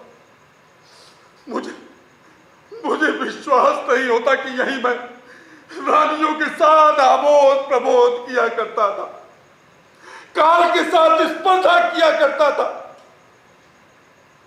उनके रुदन और हास्य से दिन रात सुख लूटता था। उनके हास्य से अधिक मुझे उनके रुदन में मादकता मिलती थी। इसलिए उन्हें जानबूझकर मैं रुलाता था, जानबूझकर रुलाता था मैं। तुमने मुझे जीत लिया शर्मिष्ठा, तुमने मुझे जीत लिया। यही तुम्हारा रोना है, यही तुम्हारा रोना है। मैंने अपना हाथ सोच विचार कर दिया है, मैं पीछे नहीं हटूंगी। शर्मिष्ठा, शर्मिष्ठा पुरु क्यों नहीं आया? उसे क्या है, आनंद से नाच रहा होगा। वो मेरे साथ दीवार का यंत्र नहीं कर सकता, वो कभी नहीं कर सकता। वो मुझसे घृणा करता है, वो मुझसे घृणा करता है शर्मिष्ठा। झूठा संदेह ना कीजिए महाप्रभु। मुझसे घृणा करता है। मैं ही वहां जाकर देख आती हूँ। नहीं शर्मिष्ठा, मुझे एकांत में छोड़कर बचा शर्मिष्ठा, मुझे एकांत में छोड़कर बचा शर्मिष्ठा। बाहर कौन है? आई देवी। आज्ञा देवी। गुरुराज नहीं आए अभी? वो दुखी है, पूछा है कि भीतर आ सकते हैं। तो आता क्यों नहीं? क्या फिर से एक बार उसका स्वागत करना पड़ेगा? उसे भीतर भेजो। वो महामंत्रियों के साथ खड़े बातें कर रहे हैं। क्या मैं यहाँ आग के बिस्तर पर तड़प रहा हूं और वो मंत्रियों के साथ मंत्रणा कर रहा है? बुलाओ उसे। जो आगे।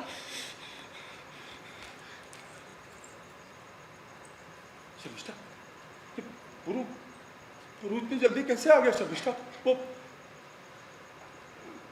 उसे शुक्राचार्य ने खाली हाथ लौटा दिया होगा, या फिर शुक्राचार्य से उसकी भेंट ही न हुई होगी। तब क्या होगा शर्मिष्ठा? तब क्या होगा शर्मिष्ठा? तब क्या होगा? पिताजी, पुरु, क्या हुआ पुरु?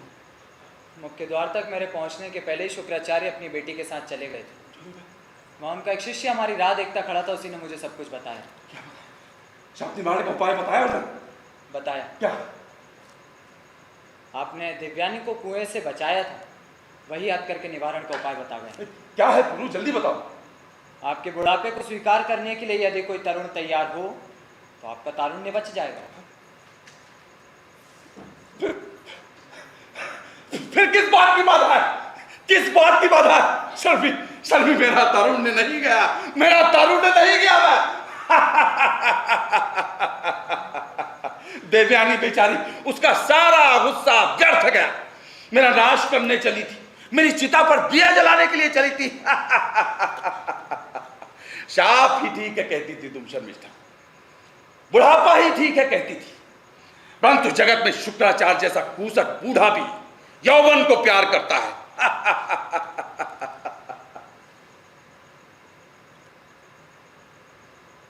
क्या बात, तुम दोनों चुप क्यों खड़े हो? मैं जल्दी आग पार कर गया, तुम लोगों को हर्ष नहीं हुआ? बोलते क्यों नहीं? आपके बुढ़ापे को स्वीकार कौन करेगा? क्या मतलब? बस यही बात? इसीलिए तो तुमको लड़का कहा जाता है। अरे उसके लिए क्या कमी है? आर्यावर्त के चक्रवर्ती के लिए प्रजा की क्या कमी है? प्रजा है, सैनिक है, मंत्रीगण है, वे सब मुझसे प्यार करते हैं, वे सब मेरे आज्ञा पालक हैं। उनमें से एक भी आने के लिए तैयार नहीं है। ये कहना कैसा पागलपन है? स्वामी, मेरी बात सुनिए। इस सांप को अपने ऊपर ले लेने के लिए किसी पागल या योगी से भिक्षा मांगने की आवश्यकता नहीं। हम चुपचाप वानप्रस्थ आश्रम चले।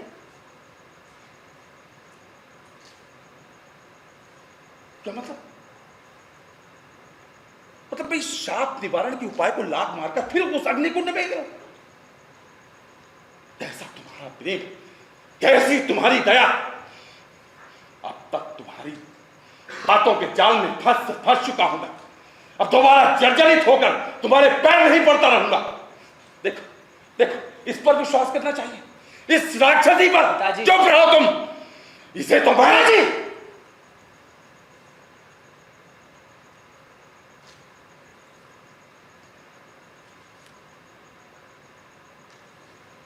आप बाहर जाओ।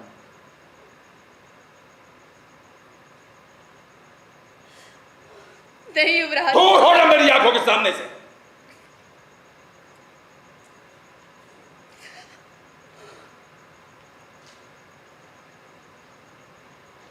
आप बाहर जाओ, मैं आपको विस्तार से बताता हूँ।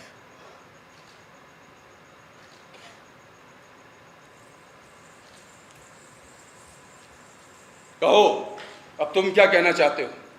आपके बुढ़ापे को स्वीकार करने के लिए कोई भी तैयार नहीं। कोई भी माने? कौन? जिस प्रजा को मैंने बच्चों की भांति रखा उस प्रजा ने? जिसके लिए मैंने 100 बार युद्धों में अपने प्राणों को दांव पर लगाया, उस प्रजा में से एक भी आने के लिए तैयार नहीं। वे कहते हैं इसके लिए उन्होंने कर दिया। कर दिया है? किसने कहा? ये उसे पकड़ कर क्यों नहीं लिया? मैं उसकी चमड़ी गड़वा देता। वर्ष में एक बार मुट्ठी भर स्वर्ण दे देने से ही इनके सिर फिर गए। सैनिकों को आज्ञा दो, जो केवल धन के लिए कार्य करते हैं उनमें कम से कम एक तो अवश्य तैयार होगा। किस मुंह से उनसे पूछूं? युद्ध भूमि में मरना और बात है, परंतु किसी के पाप के बोझ को ढोकर तड़पना कुछ और बात है पिताजी। गुरु, तुम्हें अभी मनुष्य के गुणों का ज्ञान नहीं है। जो कार्य सूर्य के तेज से नहीं हो सकता वो स्वर्ण की कांति से हो जाता है। तुमने उनसे कहा कि मेरे बुढ़ापे को स्वीकार करने वाले को जागीर दूंगा, एक संपूर्ण ग्राम, 10 ग्राम, 100 ग्राम, यहां तक कि आधा राज्य दे दूंगा। जाओ, जाकर कहो यह कार्य होना ही चाहिए। सब कहा, पर ये 1 ग्राम, 10 ग्राम, आधा राज्य वे किसके लिए स्वीकार करें? प्रजा जो चाहे वो स्वीकार कर सकती है, परंतु उनके बलिदान का कोई दूसरा उपभोग करे ये सहन नहीं कर सकती। नहीं गुरु, ऐसा मत कहो गुरु।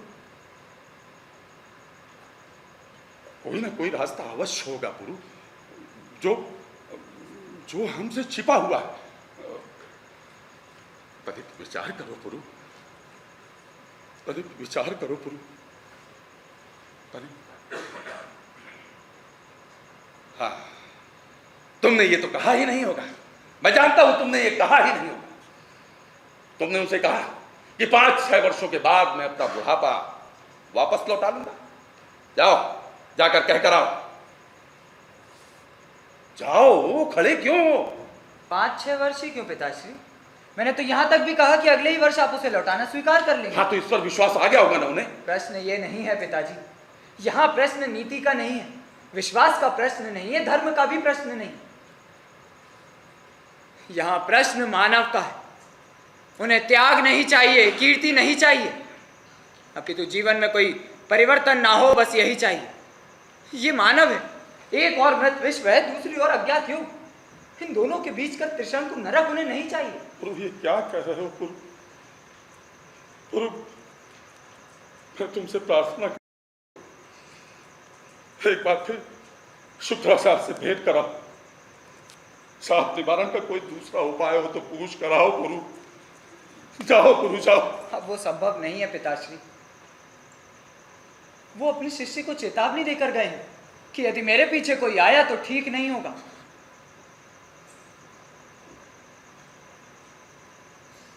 आप एक बात कर सकते हैं। क्या क्या बात है? जल्दी बताओ। माँ ने जैसा कहा वैसा कीजिए। माँ मतलब? शर्मिष्ठा ने जिस तरह कहा वही कीजिए। पुरु, कम से कम अब तुम तो ताने मत मारो। मैं तुम्हारे आगे हाथ जोड़ता हूं। तुम्हें मेरी वेदना की कल्पना तक नहीं। पिताजी, एक उपाय है। क्या है वो? एक व्यक्ति है। कौन है वो? जल्दी बताओ, कौन है वो? अपने वंश के किसी ने भी जो अब तक नहीं किया वही करने के लिए जो चल पड़ा है, ऐसा एक अकिंचन। पुरु! कहता है उपाय है। मूर्ख! मैं तुम्हारे सामने एक क्षण भी नहीं रह सकता, एक क्षण भी नहीं रह सकता। कहता उपाय। यहाँ क्या हुआ? क्या हुआ यहाँ? वो कहाँ गए? पुरु, पुरु! महाराज अभी जा रहे थे, मैंने उन्हें रोकने का यत्न किया तो धक्का देकर चले गए। यहाँ क्या हुआ पुरु? उससे पहले एक बात पूछूं? हाँ पूछिए। माँ, आप मुझे आदर से संबोधित ना करें, मुझे उचित नहीं लगता। यहाँ आने से पहले आपके बारे में कई क्रूर कहानियां सुनी थी। सुना था कि आपके यहाँ आने के बाद महल में सुख के क्षण बहुत कम हो गए। इस मनहूस महल के प्रति आपके मन में जो द्वेष है उसमें सहयोग देने के लिए मैं आया हूँ। परंतु यहाँ आते ही अपने पिता के प्रति आपके प्रेम को देखकर मुझे आश्चर्य हुआ। उनके साथ नरक में भागीदारी बनने के लिए आप चल पड़ी। यश, कौतूहल और स्तुति को जीतने के कई गुण उनमें पर्याप्त हैं, पर वे ऐसे निस्वार्थ प्रेम के योग्य नहीं। मेरा मन आंधी में फंसे ताम्र स्तंभ के समान दोलायमान हो रहा है। मुझे भरोसा नहीं है कि इसका तर्क तुम्हारी समझ में आ सकेगा। प्रयत्न तो किया जा सकता है। एक सरल बात कहती हूँ। महाराज गुस्से में आए, चिल्लाए, छाती पीट ली, किंतु ये बात स्पष्ट थी कि मुझे यहाँ से धक्का देकर निकाल देते तो संकट से बच जाते, किंतु इस विचार के लिए अवसर ही नहीं दिया।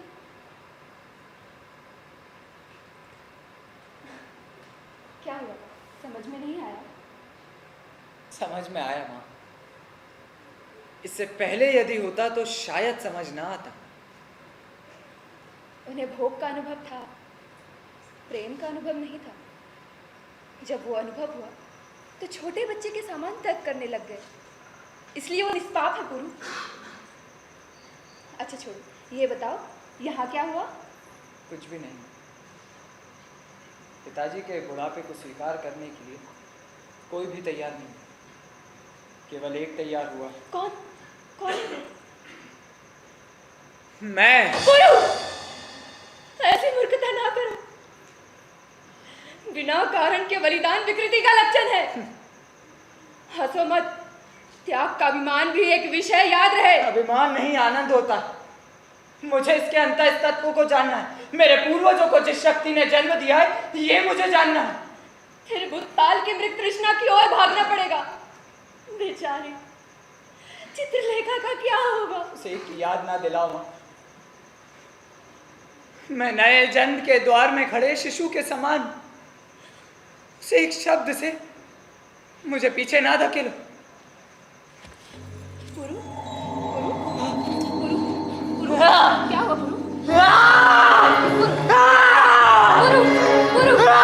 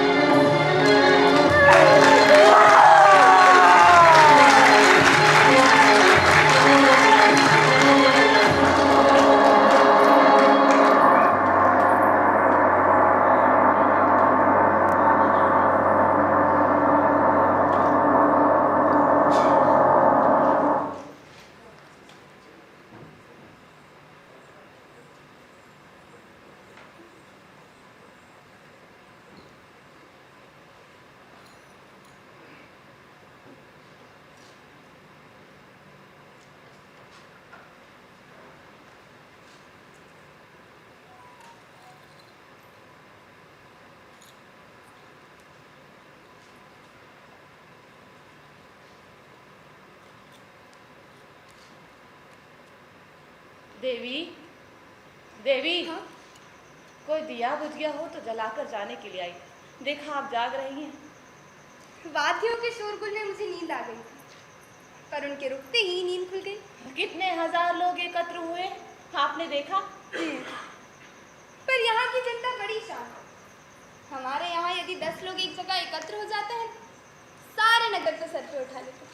और अगर 10,000 एकत्र हो जाए, फिर तो कहना ही। हमारे यहाँ पे भी ऐसा ही हो जाता है देवी। तो आज क्या हो गया? विवाह के दिन का सा उल्लास भी नहीं है। जाने दो, मिथ्या ही होगी।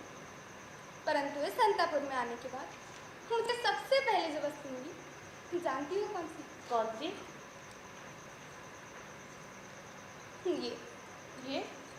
ये आपको कहाँ मिला देवी? यही पलंग के पायताने। ये चंद्रवंश की पटरानियों का मांगल्य सूत्र है ना? मैंने पहले इसके बारे में बहुत कुछ सुना था। ये मेरे गले में आने वाला है, ये सोचकर प्रसन्न भी हुई थी। पर मैंने ये ना सोचा था कि ये मुझे इस प्रकार मिलेगा। आखिर कैसी है ये बहू को मिली भेंट?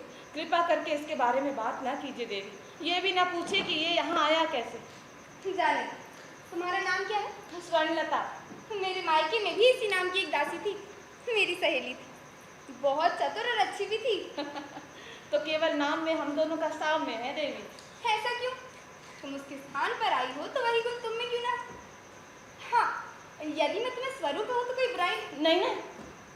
सेठ को छोड़कर जो चाहे कहिए, स्वर्णा, स्वर्णु, जो चाहे कहिए, पर ये नाम नहीं देवी, ये नाम नहीं। स्वर्णता, मेरी बात से दुखी हो गई। मैंने कुछ सोचे बिना ही कह दिया। इस विवाह की उदासीनता आप जैसी कम आयु की लड़की के भाग्य में क्यों आना चाहिए भला? मैं अब चंद्रवंश की स्त्री हूँ। इस वंश का दुख भी अब मेरा ही दुख है। क्या कहूँ आपसे? अच्छा होगा कि तुम मुझे एक कहानी सुना। कहानी सुना? कौन सी कहानी सुना? कहानी तो आंखों के सामने घट रही है। तो और कुछ कहो, समय नहीं बीतता है। मेरे बारे में तो तुम जानती ही हो, अपने बारे में ही कहो। मेरी क्या कहानी, उसमें 2 ही वाक्य है। विवाह हुआ, सुखी हुई, यही है ना? पहली पंक्ति ठीक है, दूसरी पंक्ति ठीक हो भी सकती है। जहाँ तक मेरा संबंध है, विवाह हुआ, पति विलुप्त हो गया। हाँ? घबराइए नहीं, विवाह के 10 वर्ष बाद विलुप्त हो गया। गया कहाँ? वैरागी हो गए। घर में रहते ही कम थे। महाराज के साथी थे, उन्हीं के साथ घूमा करते थे। बाद में जीवन का गहराई से निरीक्षण किया। स्त्री, संपत्ति, सुख, ऐश्वर्य सब होगा, पर मन को शांति नहीं मिली। एक प्रातः उठकर देखती हूँ तो अकेली रह गई। महाराज को भी उनसे स्नेह था, उन्होंने भी ढूंढा, मिले नहीं। इसका कारण क्या था?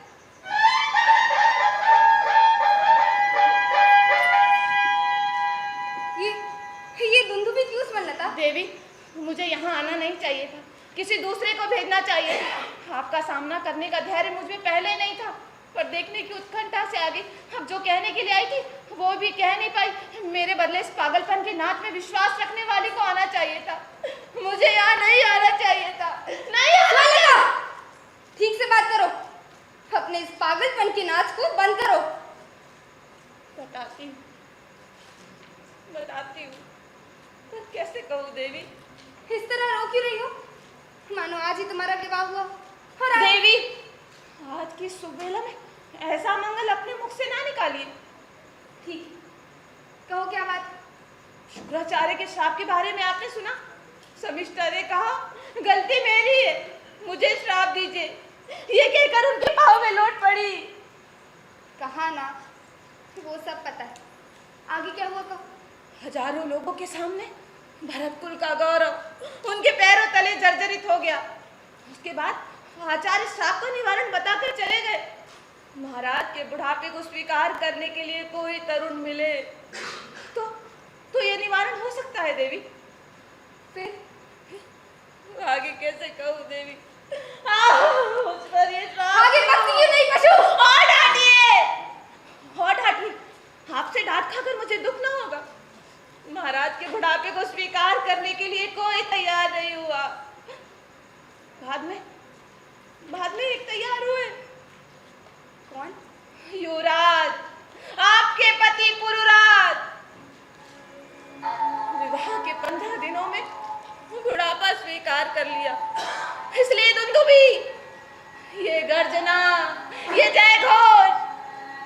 देवी, रो सके तो रो लीजिए। आंसुओं को दबाने से बढ़कर और कोई भयानक श्राप नहीं है।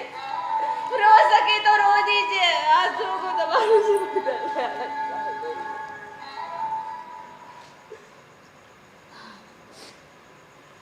रोऊं क्यों स्वर्णा?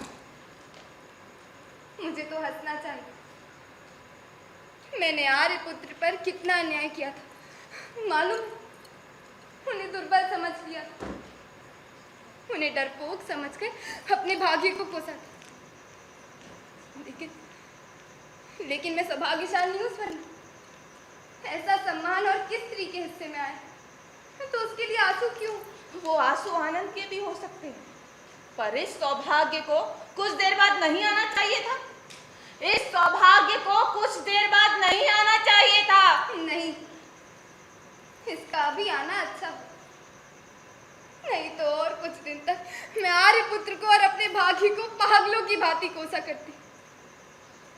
अब अगर कोसना है तो केवल अपनी मूर्खता, इसी में आनंद। वो चिरकाल तक रह सकता है देवी। हे भगवान, मैं तो बातों ही बातों में भूल गई। दुंदुभी बजने के बाद युवराज आपसे मिलने आने वाले थे। अभी? हाँ। कैसी पगली हो तुम? दुंदुभी बजने तक की प्रतीक्षा ना करके पहले ही बता देती। तो मैं ही जाके उनके पाँव पड़ती। ठीक है, तो तुम जाओ। आज्ञा देवी, आवश्यकता पड़ने पर पुकार लीजिएगा, मैं बाहर ही खड़ी। स्वर्णलता, जी, मेरे लिए एक आरती की थाल लेती आना। जो आज्ञा देवी।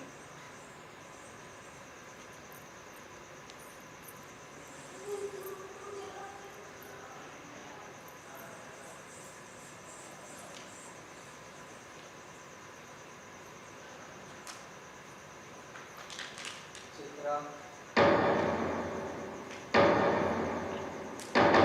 आइए आरती, आइए। मुझे क्षमा करना देवी, यदि मुझसे कुछ अपराध हुआ हो तो क्षमा करना, तुमसे बिना पूछे।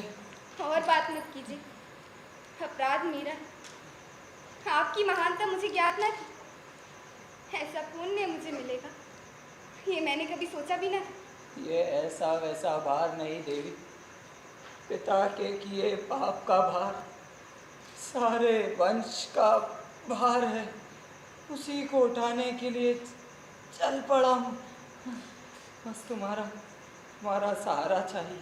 आर्यपुत्र, आपके बिना मेरा कोई अस्तित्व है? मुझे बुढ़ापे का दर्द तो मिला, पर परिपक्वता नहीं मिली। विश्राम कीजिए, आइए, आइए, विश्राम कीजिए।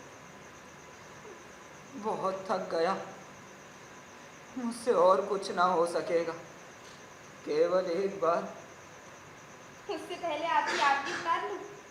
अब मैंने उन्हें बार बार मना की। अच्छी बात है, जल्दी करो। देवी,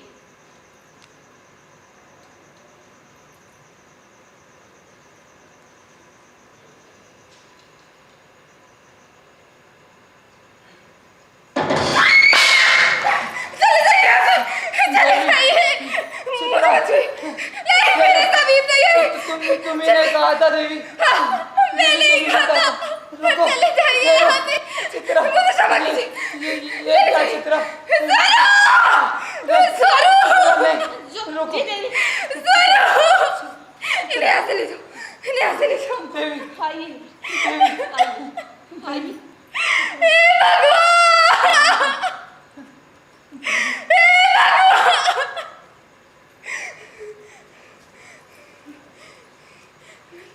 देवी, देवी, देवी, देवी, मुझे बचाओ, मुझे जहाज से बाहर डालो, मैं चली जाऊँ। देवी, अपने आप को इस प्रकार श्राप मत दीजिए। आर्यपुत्र के समान योग्यता नहीं है मुझे। मैं क्या करूं? पति को बाहर निकाल दिया, पर इसमें मेरी गलती नहीं है सोना, इसमें मेरी गलती नहीं है। मैं ये और सहन नहीं कर सकती, मैं ये और सहन नहीं कर सकती। देवी, शांत हो जाइए, शांत हो जाइए, शांत हो जाइए, शांत हो जाइए। रो देवी रो, मैंने भी यही कहा, रोकर अपने मन को दिलासा दो।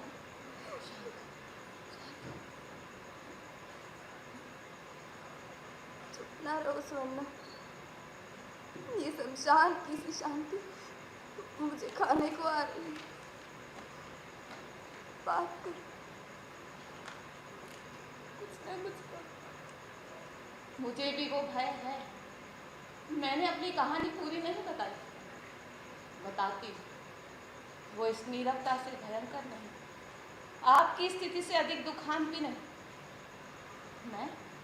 मैं अपने पिता की एक अकेली संतान थी, एक गरीब ब्राह्मण को भोजन कराया करती थी। उसी ने मुझे पढ़ाया, उस ब्राह्मण में विद्या थी। उसे ये डर था कि एक वक्त के भोजन के लिए एक गरीब ब्राह्मण की सयानी लड़की को विद्या दान करना सुनकर लोग हंसेंगे। संध्या को दिया जलने के बाद आकर पड़ा, प्रातः उठकर चला जाता। मैं बड़ी हुई, मेरा विवाह हुआ। मेरे पति देव हजारों में एक थे, मेरे सुख के लिए दिन रात परिश्रम करते। उन्होंने मुझ पर प्रेम की वर्षा की और उसमें सराबोर कर दिया। सदा मेरी स्वरू की रट लगाते, स्वरू के बिना कुछ एक दिन का इधर से उधर अपना रखते। इसी प्रकार 10 वर्ष बीत गए। एक दिन मेरे उस ब्राह्मण गुरु का भेद मालूम हुआ। मन में संदेह का बीज पड़ गया। मैंने सौगंध खाई, प्रार्थना की, मेरे पति देव के संदेह को थोड़ा भी प्रमाण मिलता तो वो मुझे क्षमा कर सकते, पर संदेह के लिए कोई आधार था ही नहीं। संदेह तो एक व्याधि के रूप में बढ़ने लगा। दिन, महीने, वर्ष बीतते बीतते उनका संदेह और बढ़ता गया। मैं बिस्तर में झटपटाते देखकर मुझे दुख हुआ। मैंने अपने हृदय से उसे मिटाने का प्रयास किया, परंतु गया नहीं। महाराज के साथ युद्ध में गए, दूसरी स्त्रियों के पास जाकर आए क्रोध का बदला लेने का प्रयास किया, मदिरा में सुख ढूंढा, शांति नहीं मिली। मगर वो ये नहीं भूल पाए कि स्वरू निर्दोष है। अपने भीतर खोजना आरंभ किया। वेदना, तिरस्कार, जुगुप्सा से उनका जीवन एक महारोग बन गया। मैं कैसे उनका तिरस्कार करती? मेरा प्रेम तो बढ़ता ही गया। दो मनस्थितियों में जीने के कारण उनका जीवन एक महारोग बन गया। अंत में मैंने उनके मन की शांति के लिए एक उपाय सोचा। उस वेदना की याद आते ही रोंगटे खड़े हो जाते हैं। उससे अच्छी तो मृत्यु है, मृत्यु भी गति है, छुटकारा है। मैंने क्या किया मालूम है? उस रात को जब मेरे पति बिना नींद से तड़प रहे थे तो मैंने उन्हें जगाया।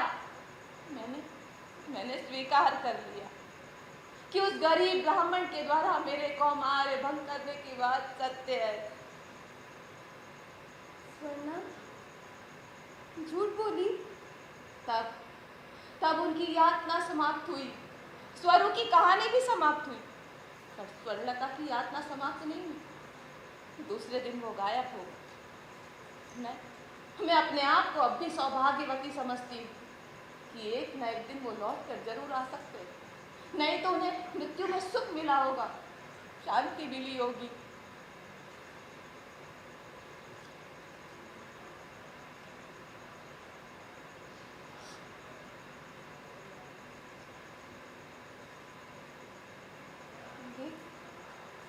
ये क्या है? ये समिष्ठा के विष की डिबिया आपके यहाँ आने से पहले इस कक्ष को साफ करते समय मिली। ये विष, इसे पीने से इस जीवात्म नरक से छुटकारा मिल जाता है। पर वो धैर्य मुझ में नहीं है देवी, वो धैर्य मुझ में नहीं है। नहीं। देखूं तो आखिर कैसी है ये डिबिया?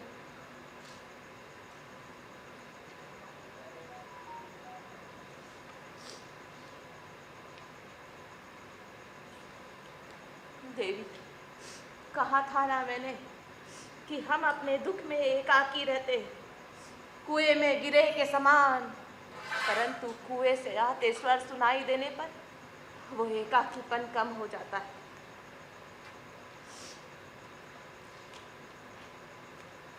देवी, ययाति महाराज और समिष्ठा।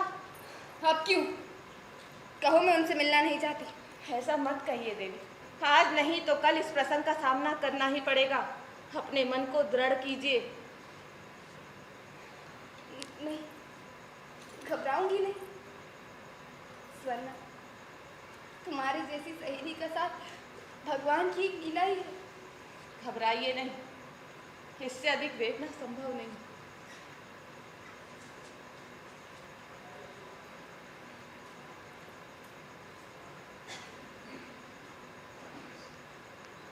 चित्रलेखा, चित्रलेखा, चित्रलेखा, तुमने क्या किया? मेरा कोई दोष हो तो क्षमा करें। दोष? दोष तो जाने, यूं दुखी ना हो। मुझे तुम्हारी परिस्थितियों का आभास है।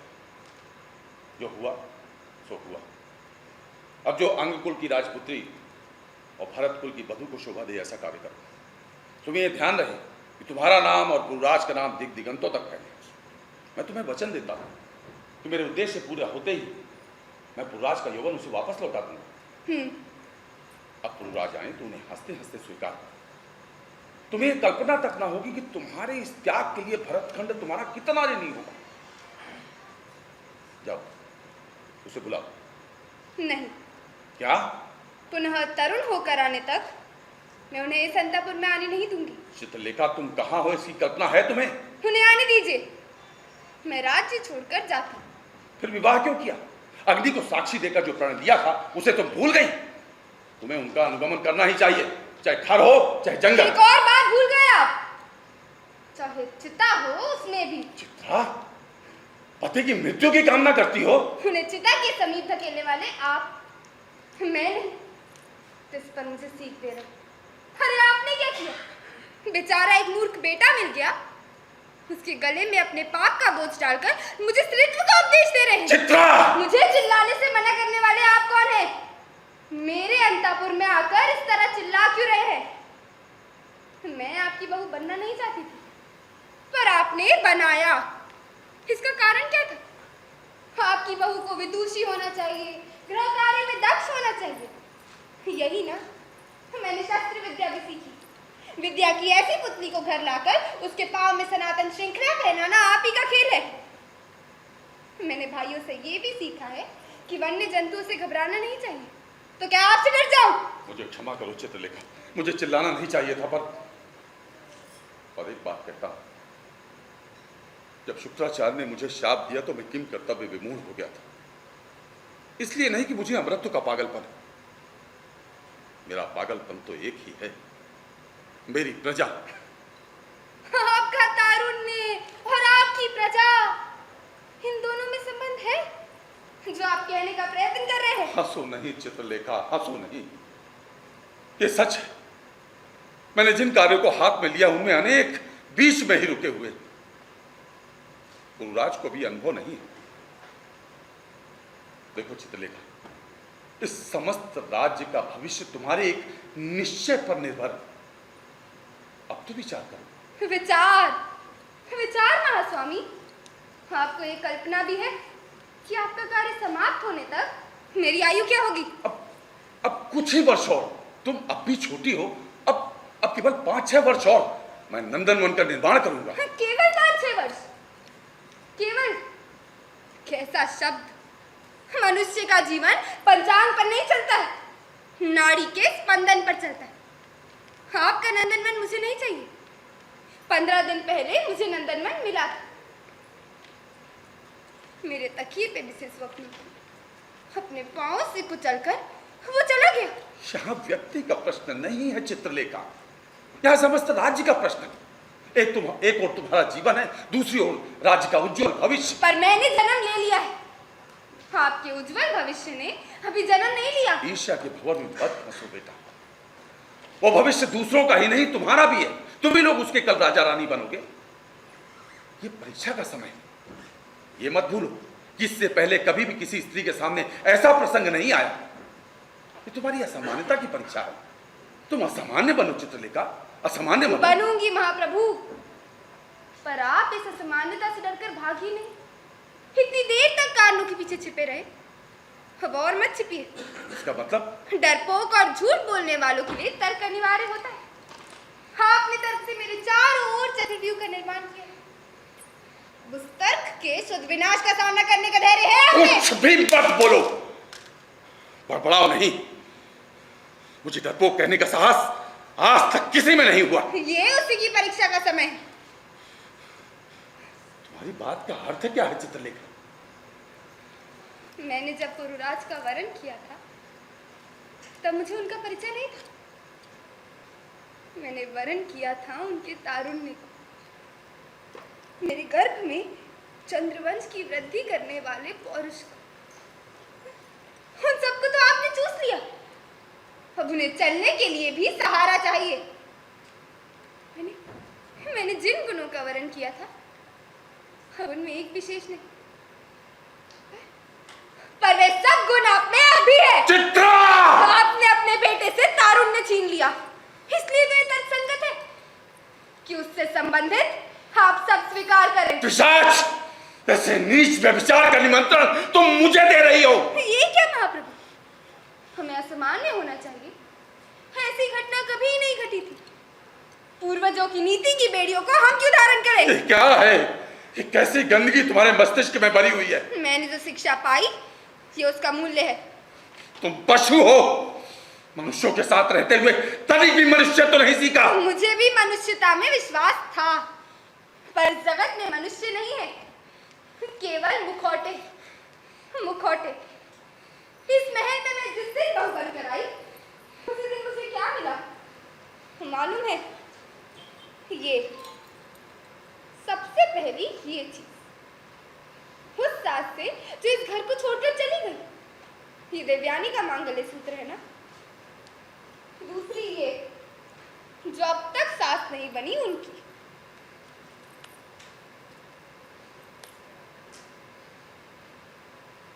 फिर वही धिक्कार जो एक जन्म में नहीं सीख पाया, वो केवल एक दिन में सीखने का अवसर आ गया। तुम्हारा कहना सत्य है चित्रलेखा, हमारा मन पंचांग के साथ पग नहीं रखता। वो कभी कभी आंधी की तरह भागता, परंतु प्रजा उसे कैसे लात मारे? शैशव से मेरे चारों ओर प्रजा थी। उसकी प्रशंसा के एक शब्द से मैंने 10 अश्वमेध यज्ञ किए। उनकी हट की परवाह किए बिना मैंने 10 पाप किए। इससे प्रजा मेरे जीवन का एक अंग बन गई।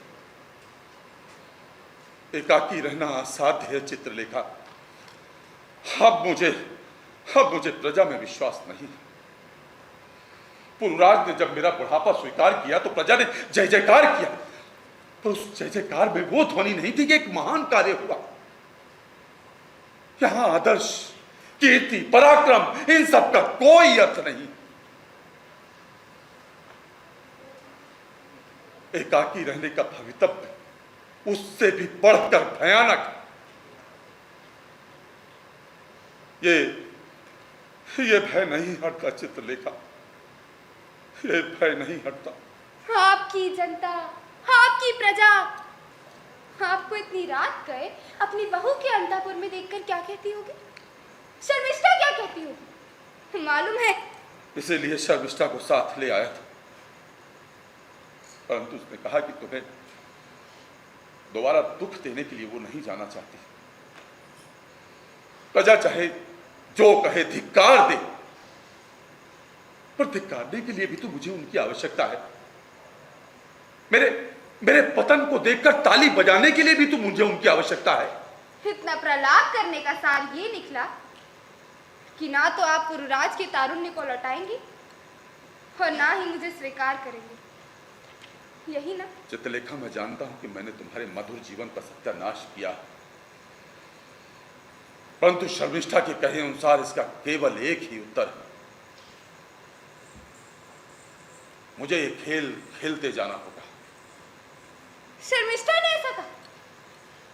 ठीक, ये लीजिए महाप्रभु खेल का उत्तर। चित्रलेखा, तुम मूर्खता कर रही हो। मूर्खता? आपकी सभी विजयों के लिए मेरी क्या आवश्यकता है? आपके पास तारुण्य है, पुरुराज के पास त्याग है। चित्रलेखा, मैं क्या करूँ? चित्रलेखा, मेरी बात सुनो। चित्रलेखा, ऐसा मत करो। चित्रलेखा, चित्रलेखा!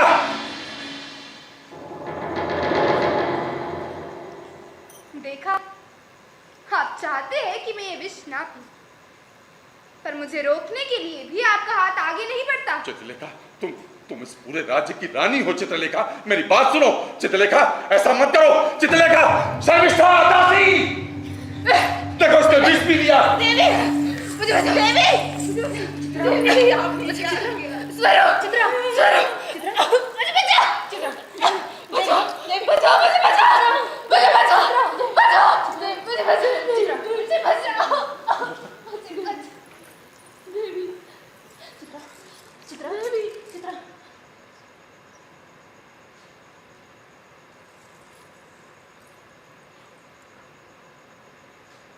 मेरी बिस्की डिबिया इसके हाथ कैसे आई? शर्मिष्ठा, वैद्य को बुलाओ, जल्दी करो। आप चुप रहिए।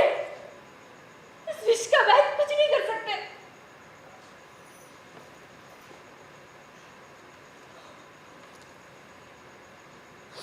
उसके विवाहित होने पर मुझे उसका हाथ पकड़ने का धैर्य नहीं हुआ शर्मिष्ठा। उसका हाथ पकड़ने का धैर्य नहीं हुआ।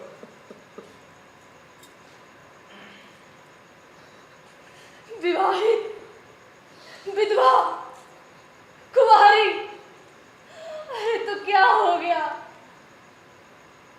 आपने उसके जीवन का नाश कर दिया। मेरे मना करने पर भी आपने सुना नहीं। आपको यौवन की लालसा सवार थी, भविष्य भी सवार था।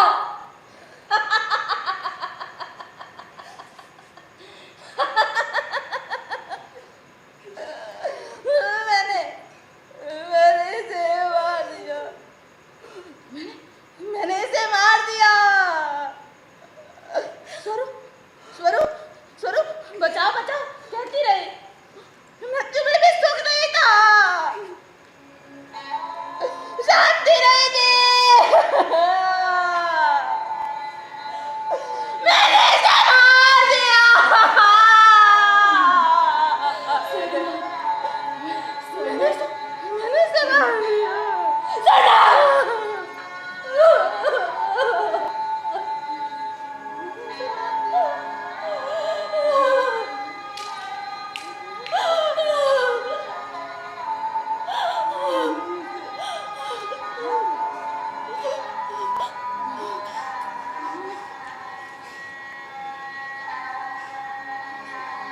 यही है आपका भवितव्य का आधार।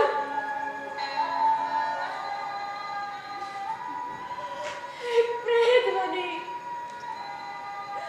दूसरी पागल बनी और तीसरी पतिता।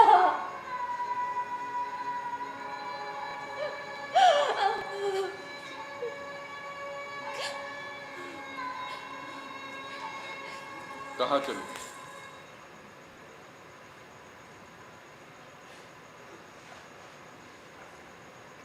महल के समीप हजारों लोग एकत्र हैं महाप्रभु। उन्हें ये समाचार मिल जाने से पहले मुझे यहाँ से चले जाना चाहिए। बाहर जाते समय फुलराज को भीतर भेजो, वो बेचारा तड़प रहा हो। उसकी चिंता आपको क्यों? उसे भीतर भेजो और मेरी राह तक। आपकी राह? भरत कुल के लोग जब वानप्रस्थ की ओर जाते तो शंख और दुंदुभी से सारा नगर गूंज उठता था। मेरे साथ इस दासी का रोदन, उसके साथ जनता के फुटकार करने से पहले मैं तुम्हारे साथ चलना चाहता हूं। मैं तुम्हारे साथ चलना चाहता हूं।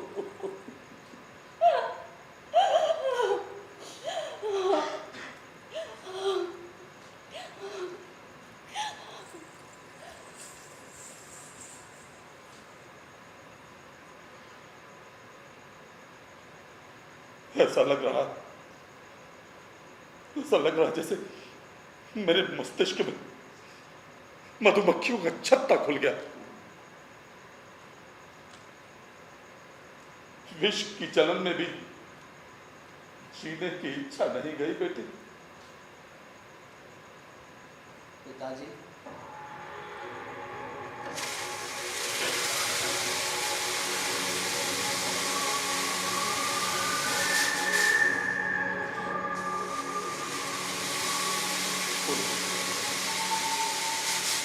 मैं तुमसे प्रार्थना करता हूं पुरु।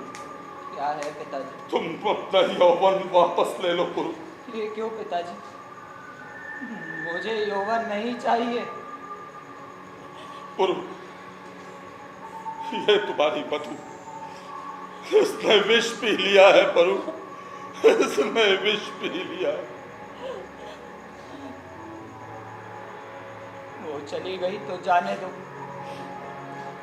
मैं किसी भी त्याग के लिए तैयार हूं। त्याग से भागकर भोग की तरफ गया, प्रकाल यौवन से वो भी प्राप्त न हो सका पुरु। मैं तुम्हारी प्रार्थना करता हूं पुरु, अपना यौवन वापस ले लो पुरु, अपना यौवन वापस ले लो पुरु, अपना यौवन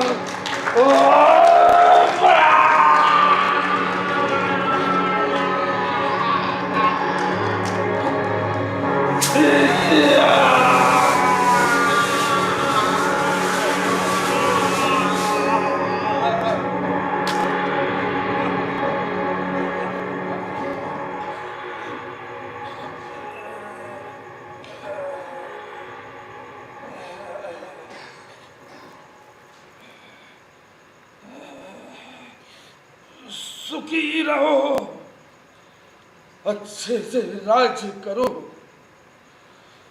चित्रलेखा के मरण के समान और कोई दूसरा पाठ नहीं है। चलो शर्मिष्ठा, आज रात्रि से पहले जंगल पहुंच जाना है। यौवन इस नगर में बिताया, अब बुढ़ापा अरण्य में बिताऊंगा। बुढ़ापा अरण्य में बिताऊंगा। बुढ़ापा अरण्य में बिताऊंगा।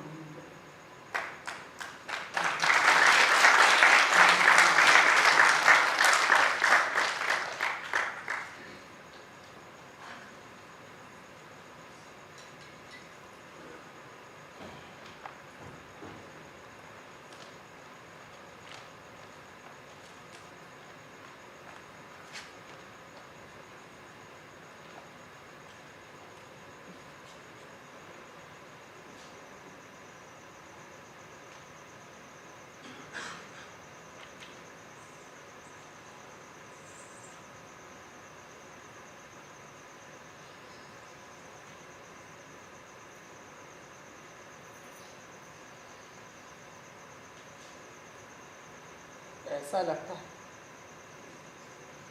मानो हमने तुम्हें मरने के लिए ही बुलाया था, पर तुम हमारी नहीं थी देवी। किसी पूर्व जन्म के ऋण के समान आकर तुमने हमें सही पाठ पढ़ाया, हम सबको सही पाठ पढ़ाया। पर तुम्हारा आत्मघात हमारे समझ नहीं आता। इसका अर्थ क्या है?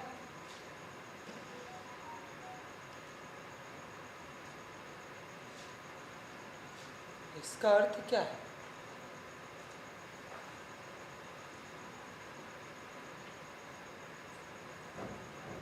इसका अर्थ क्या है?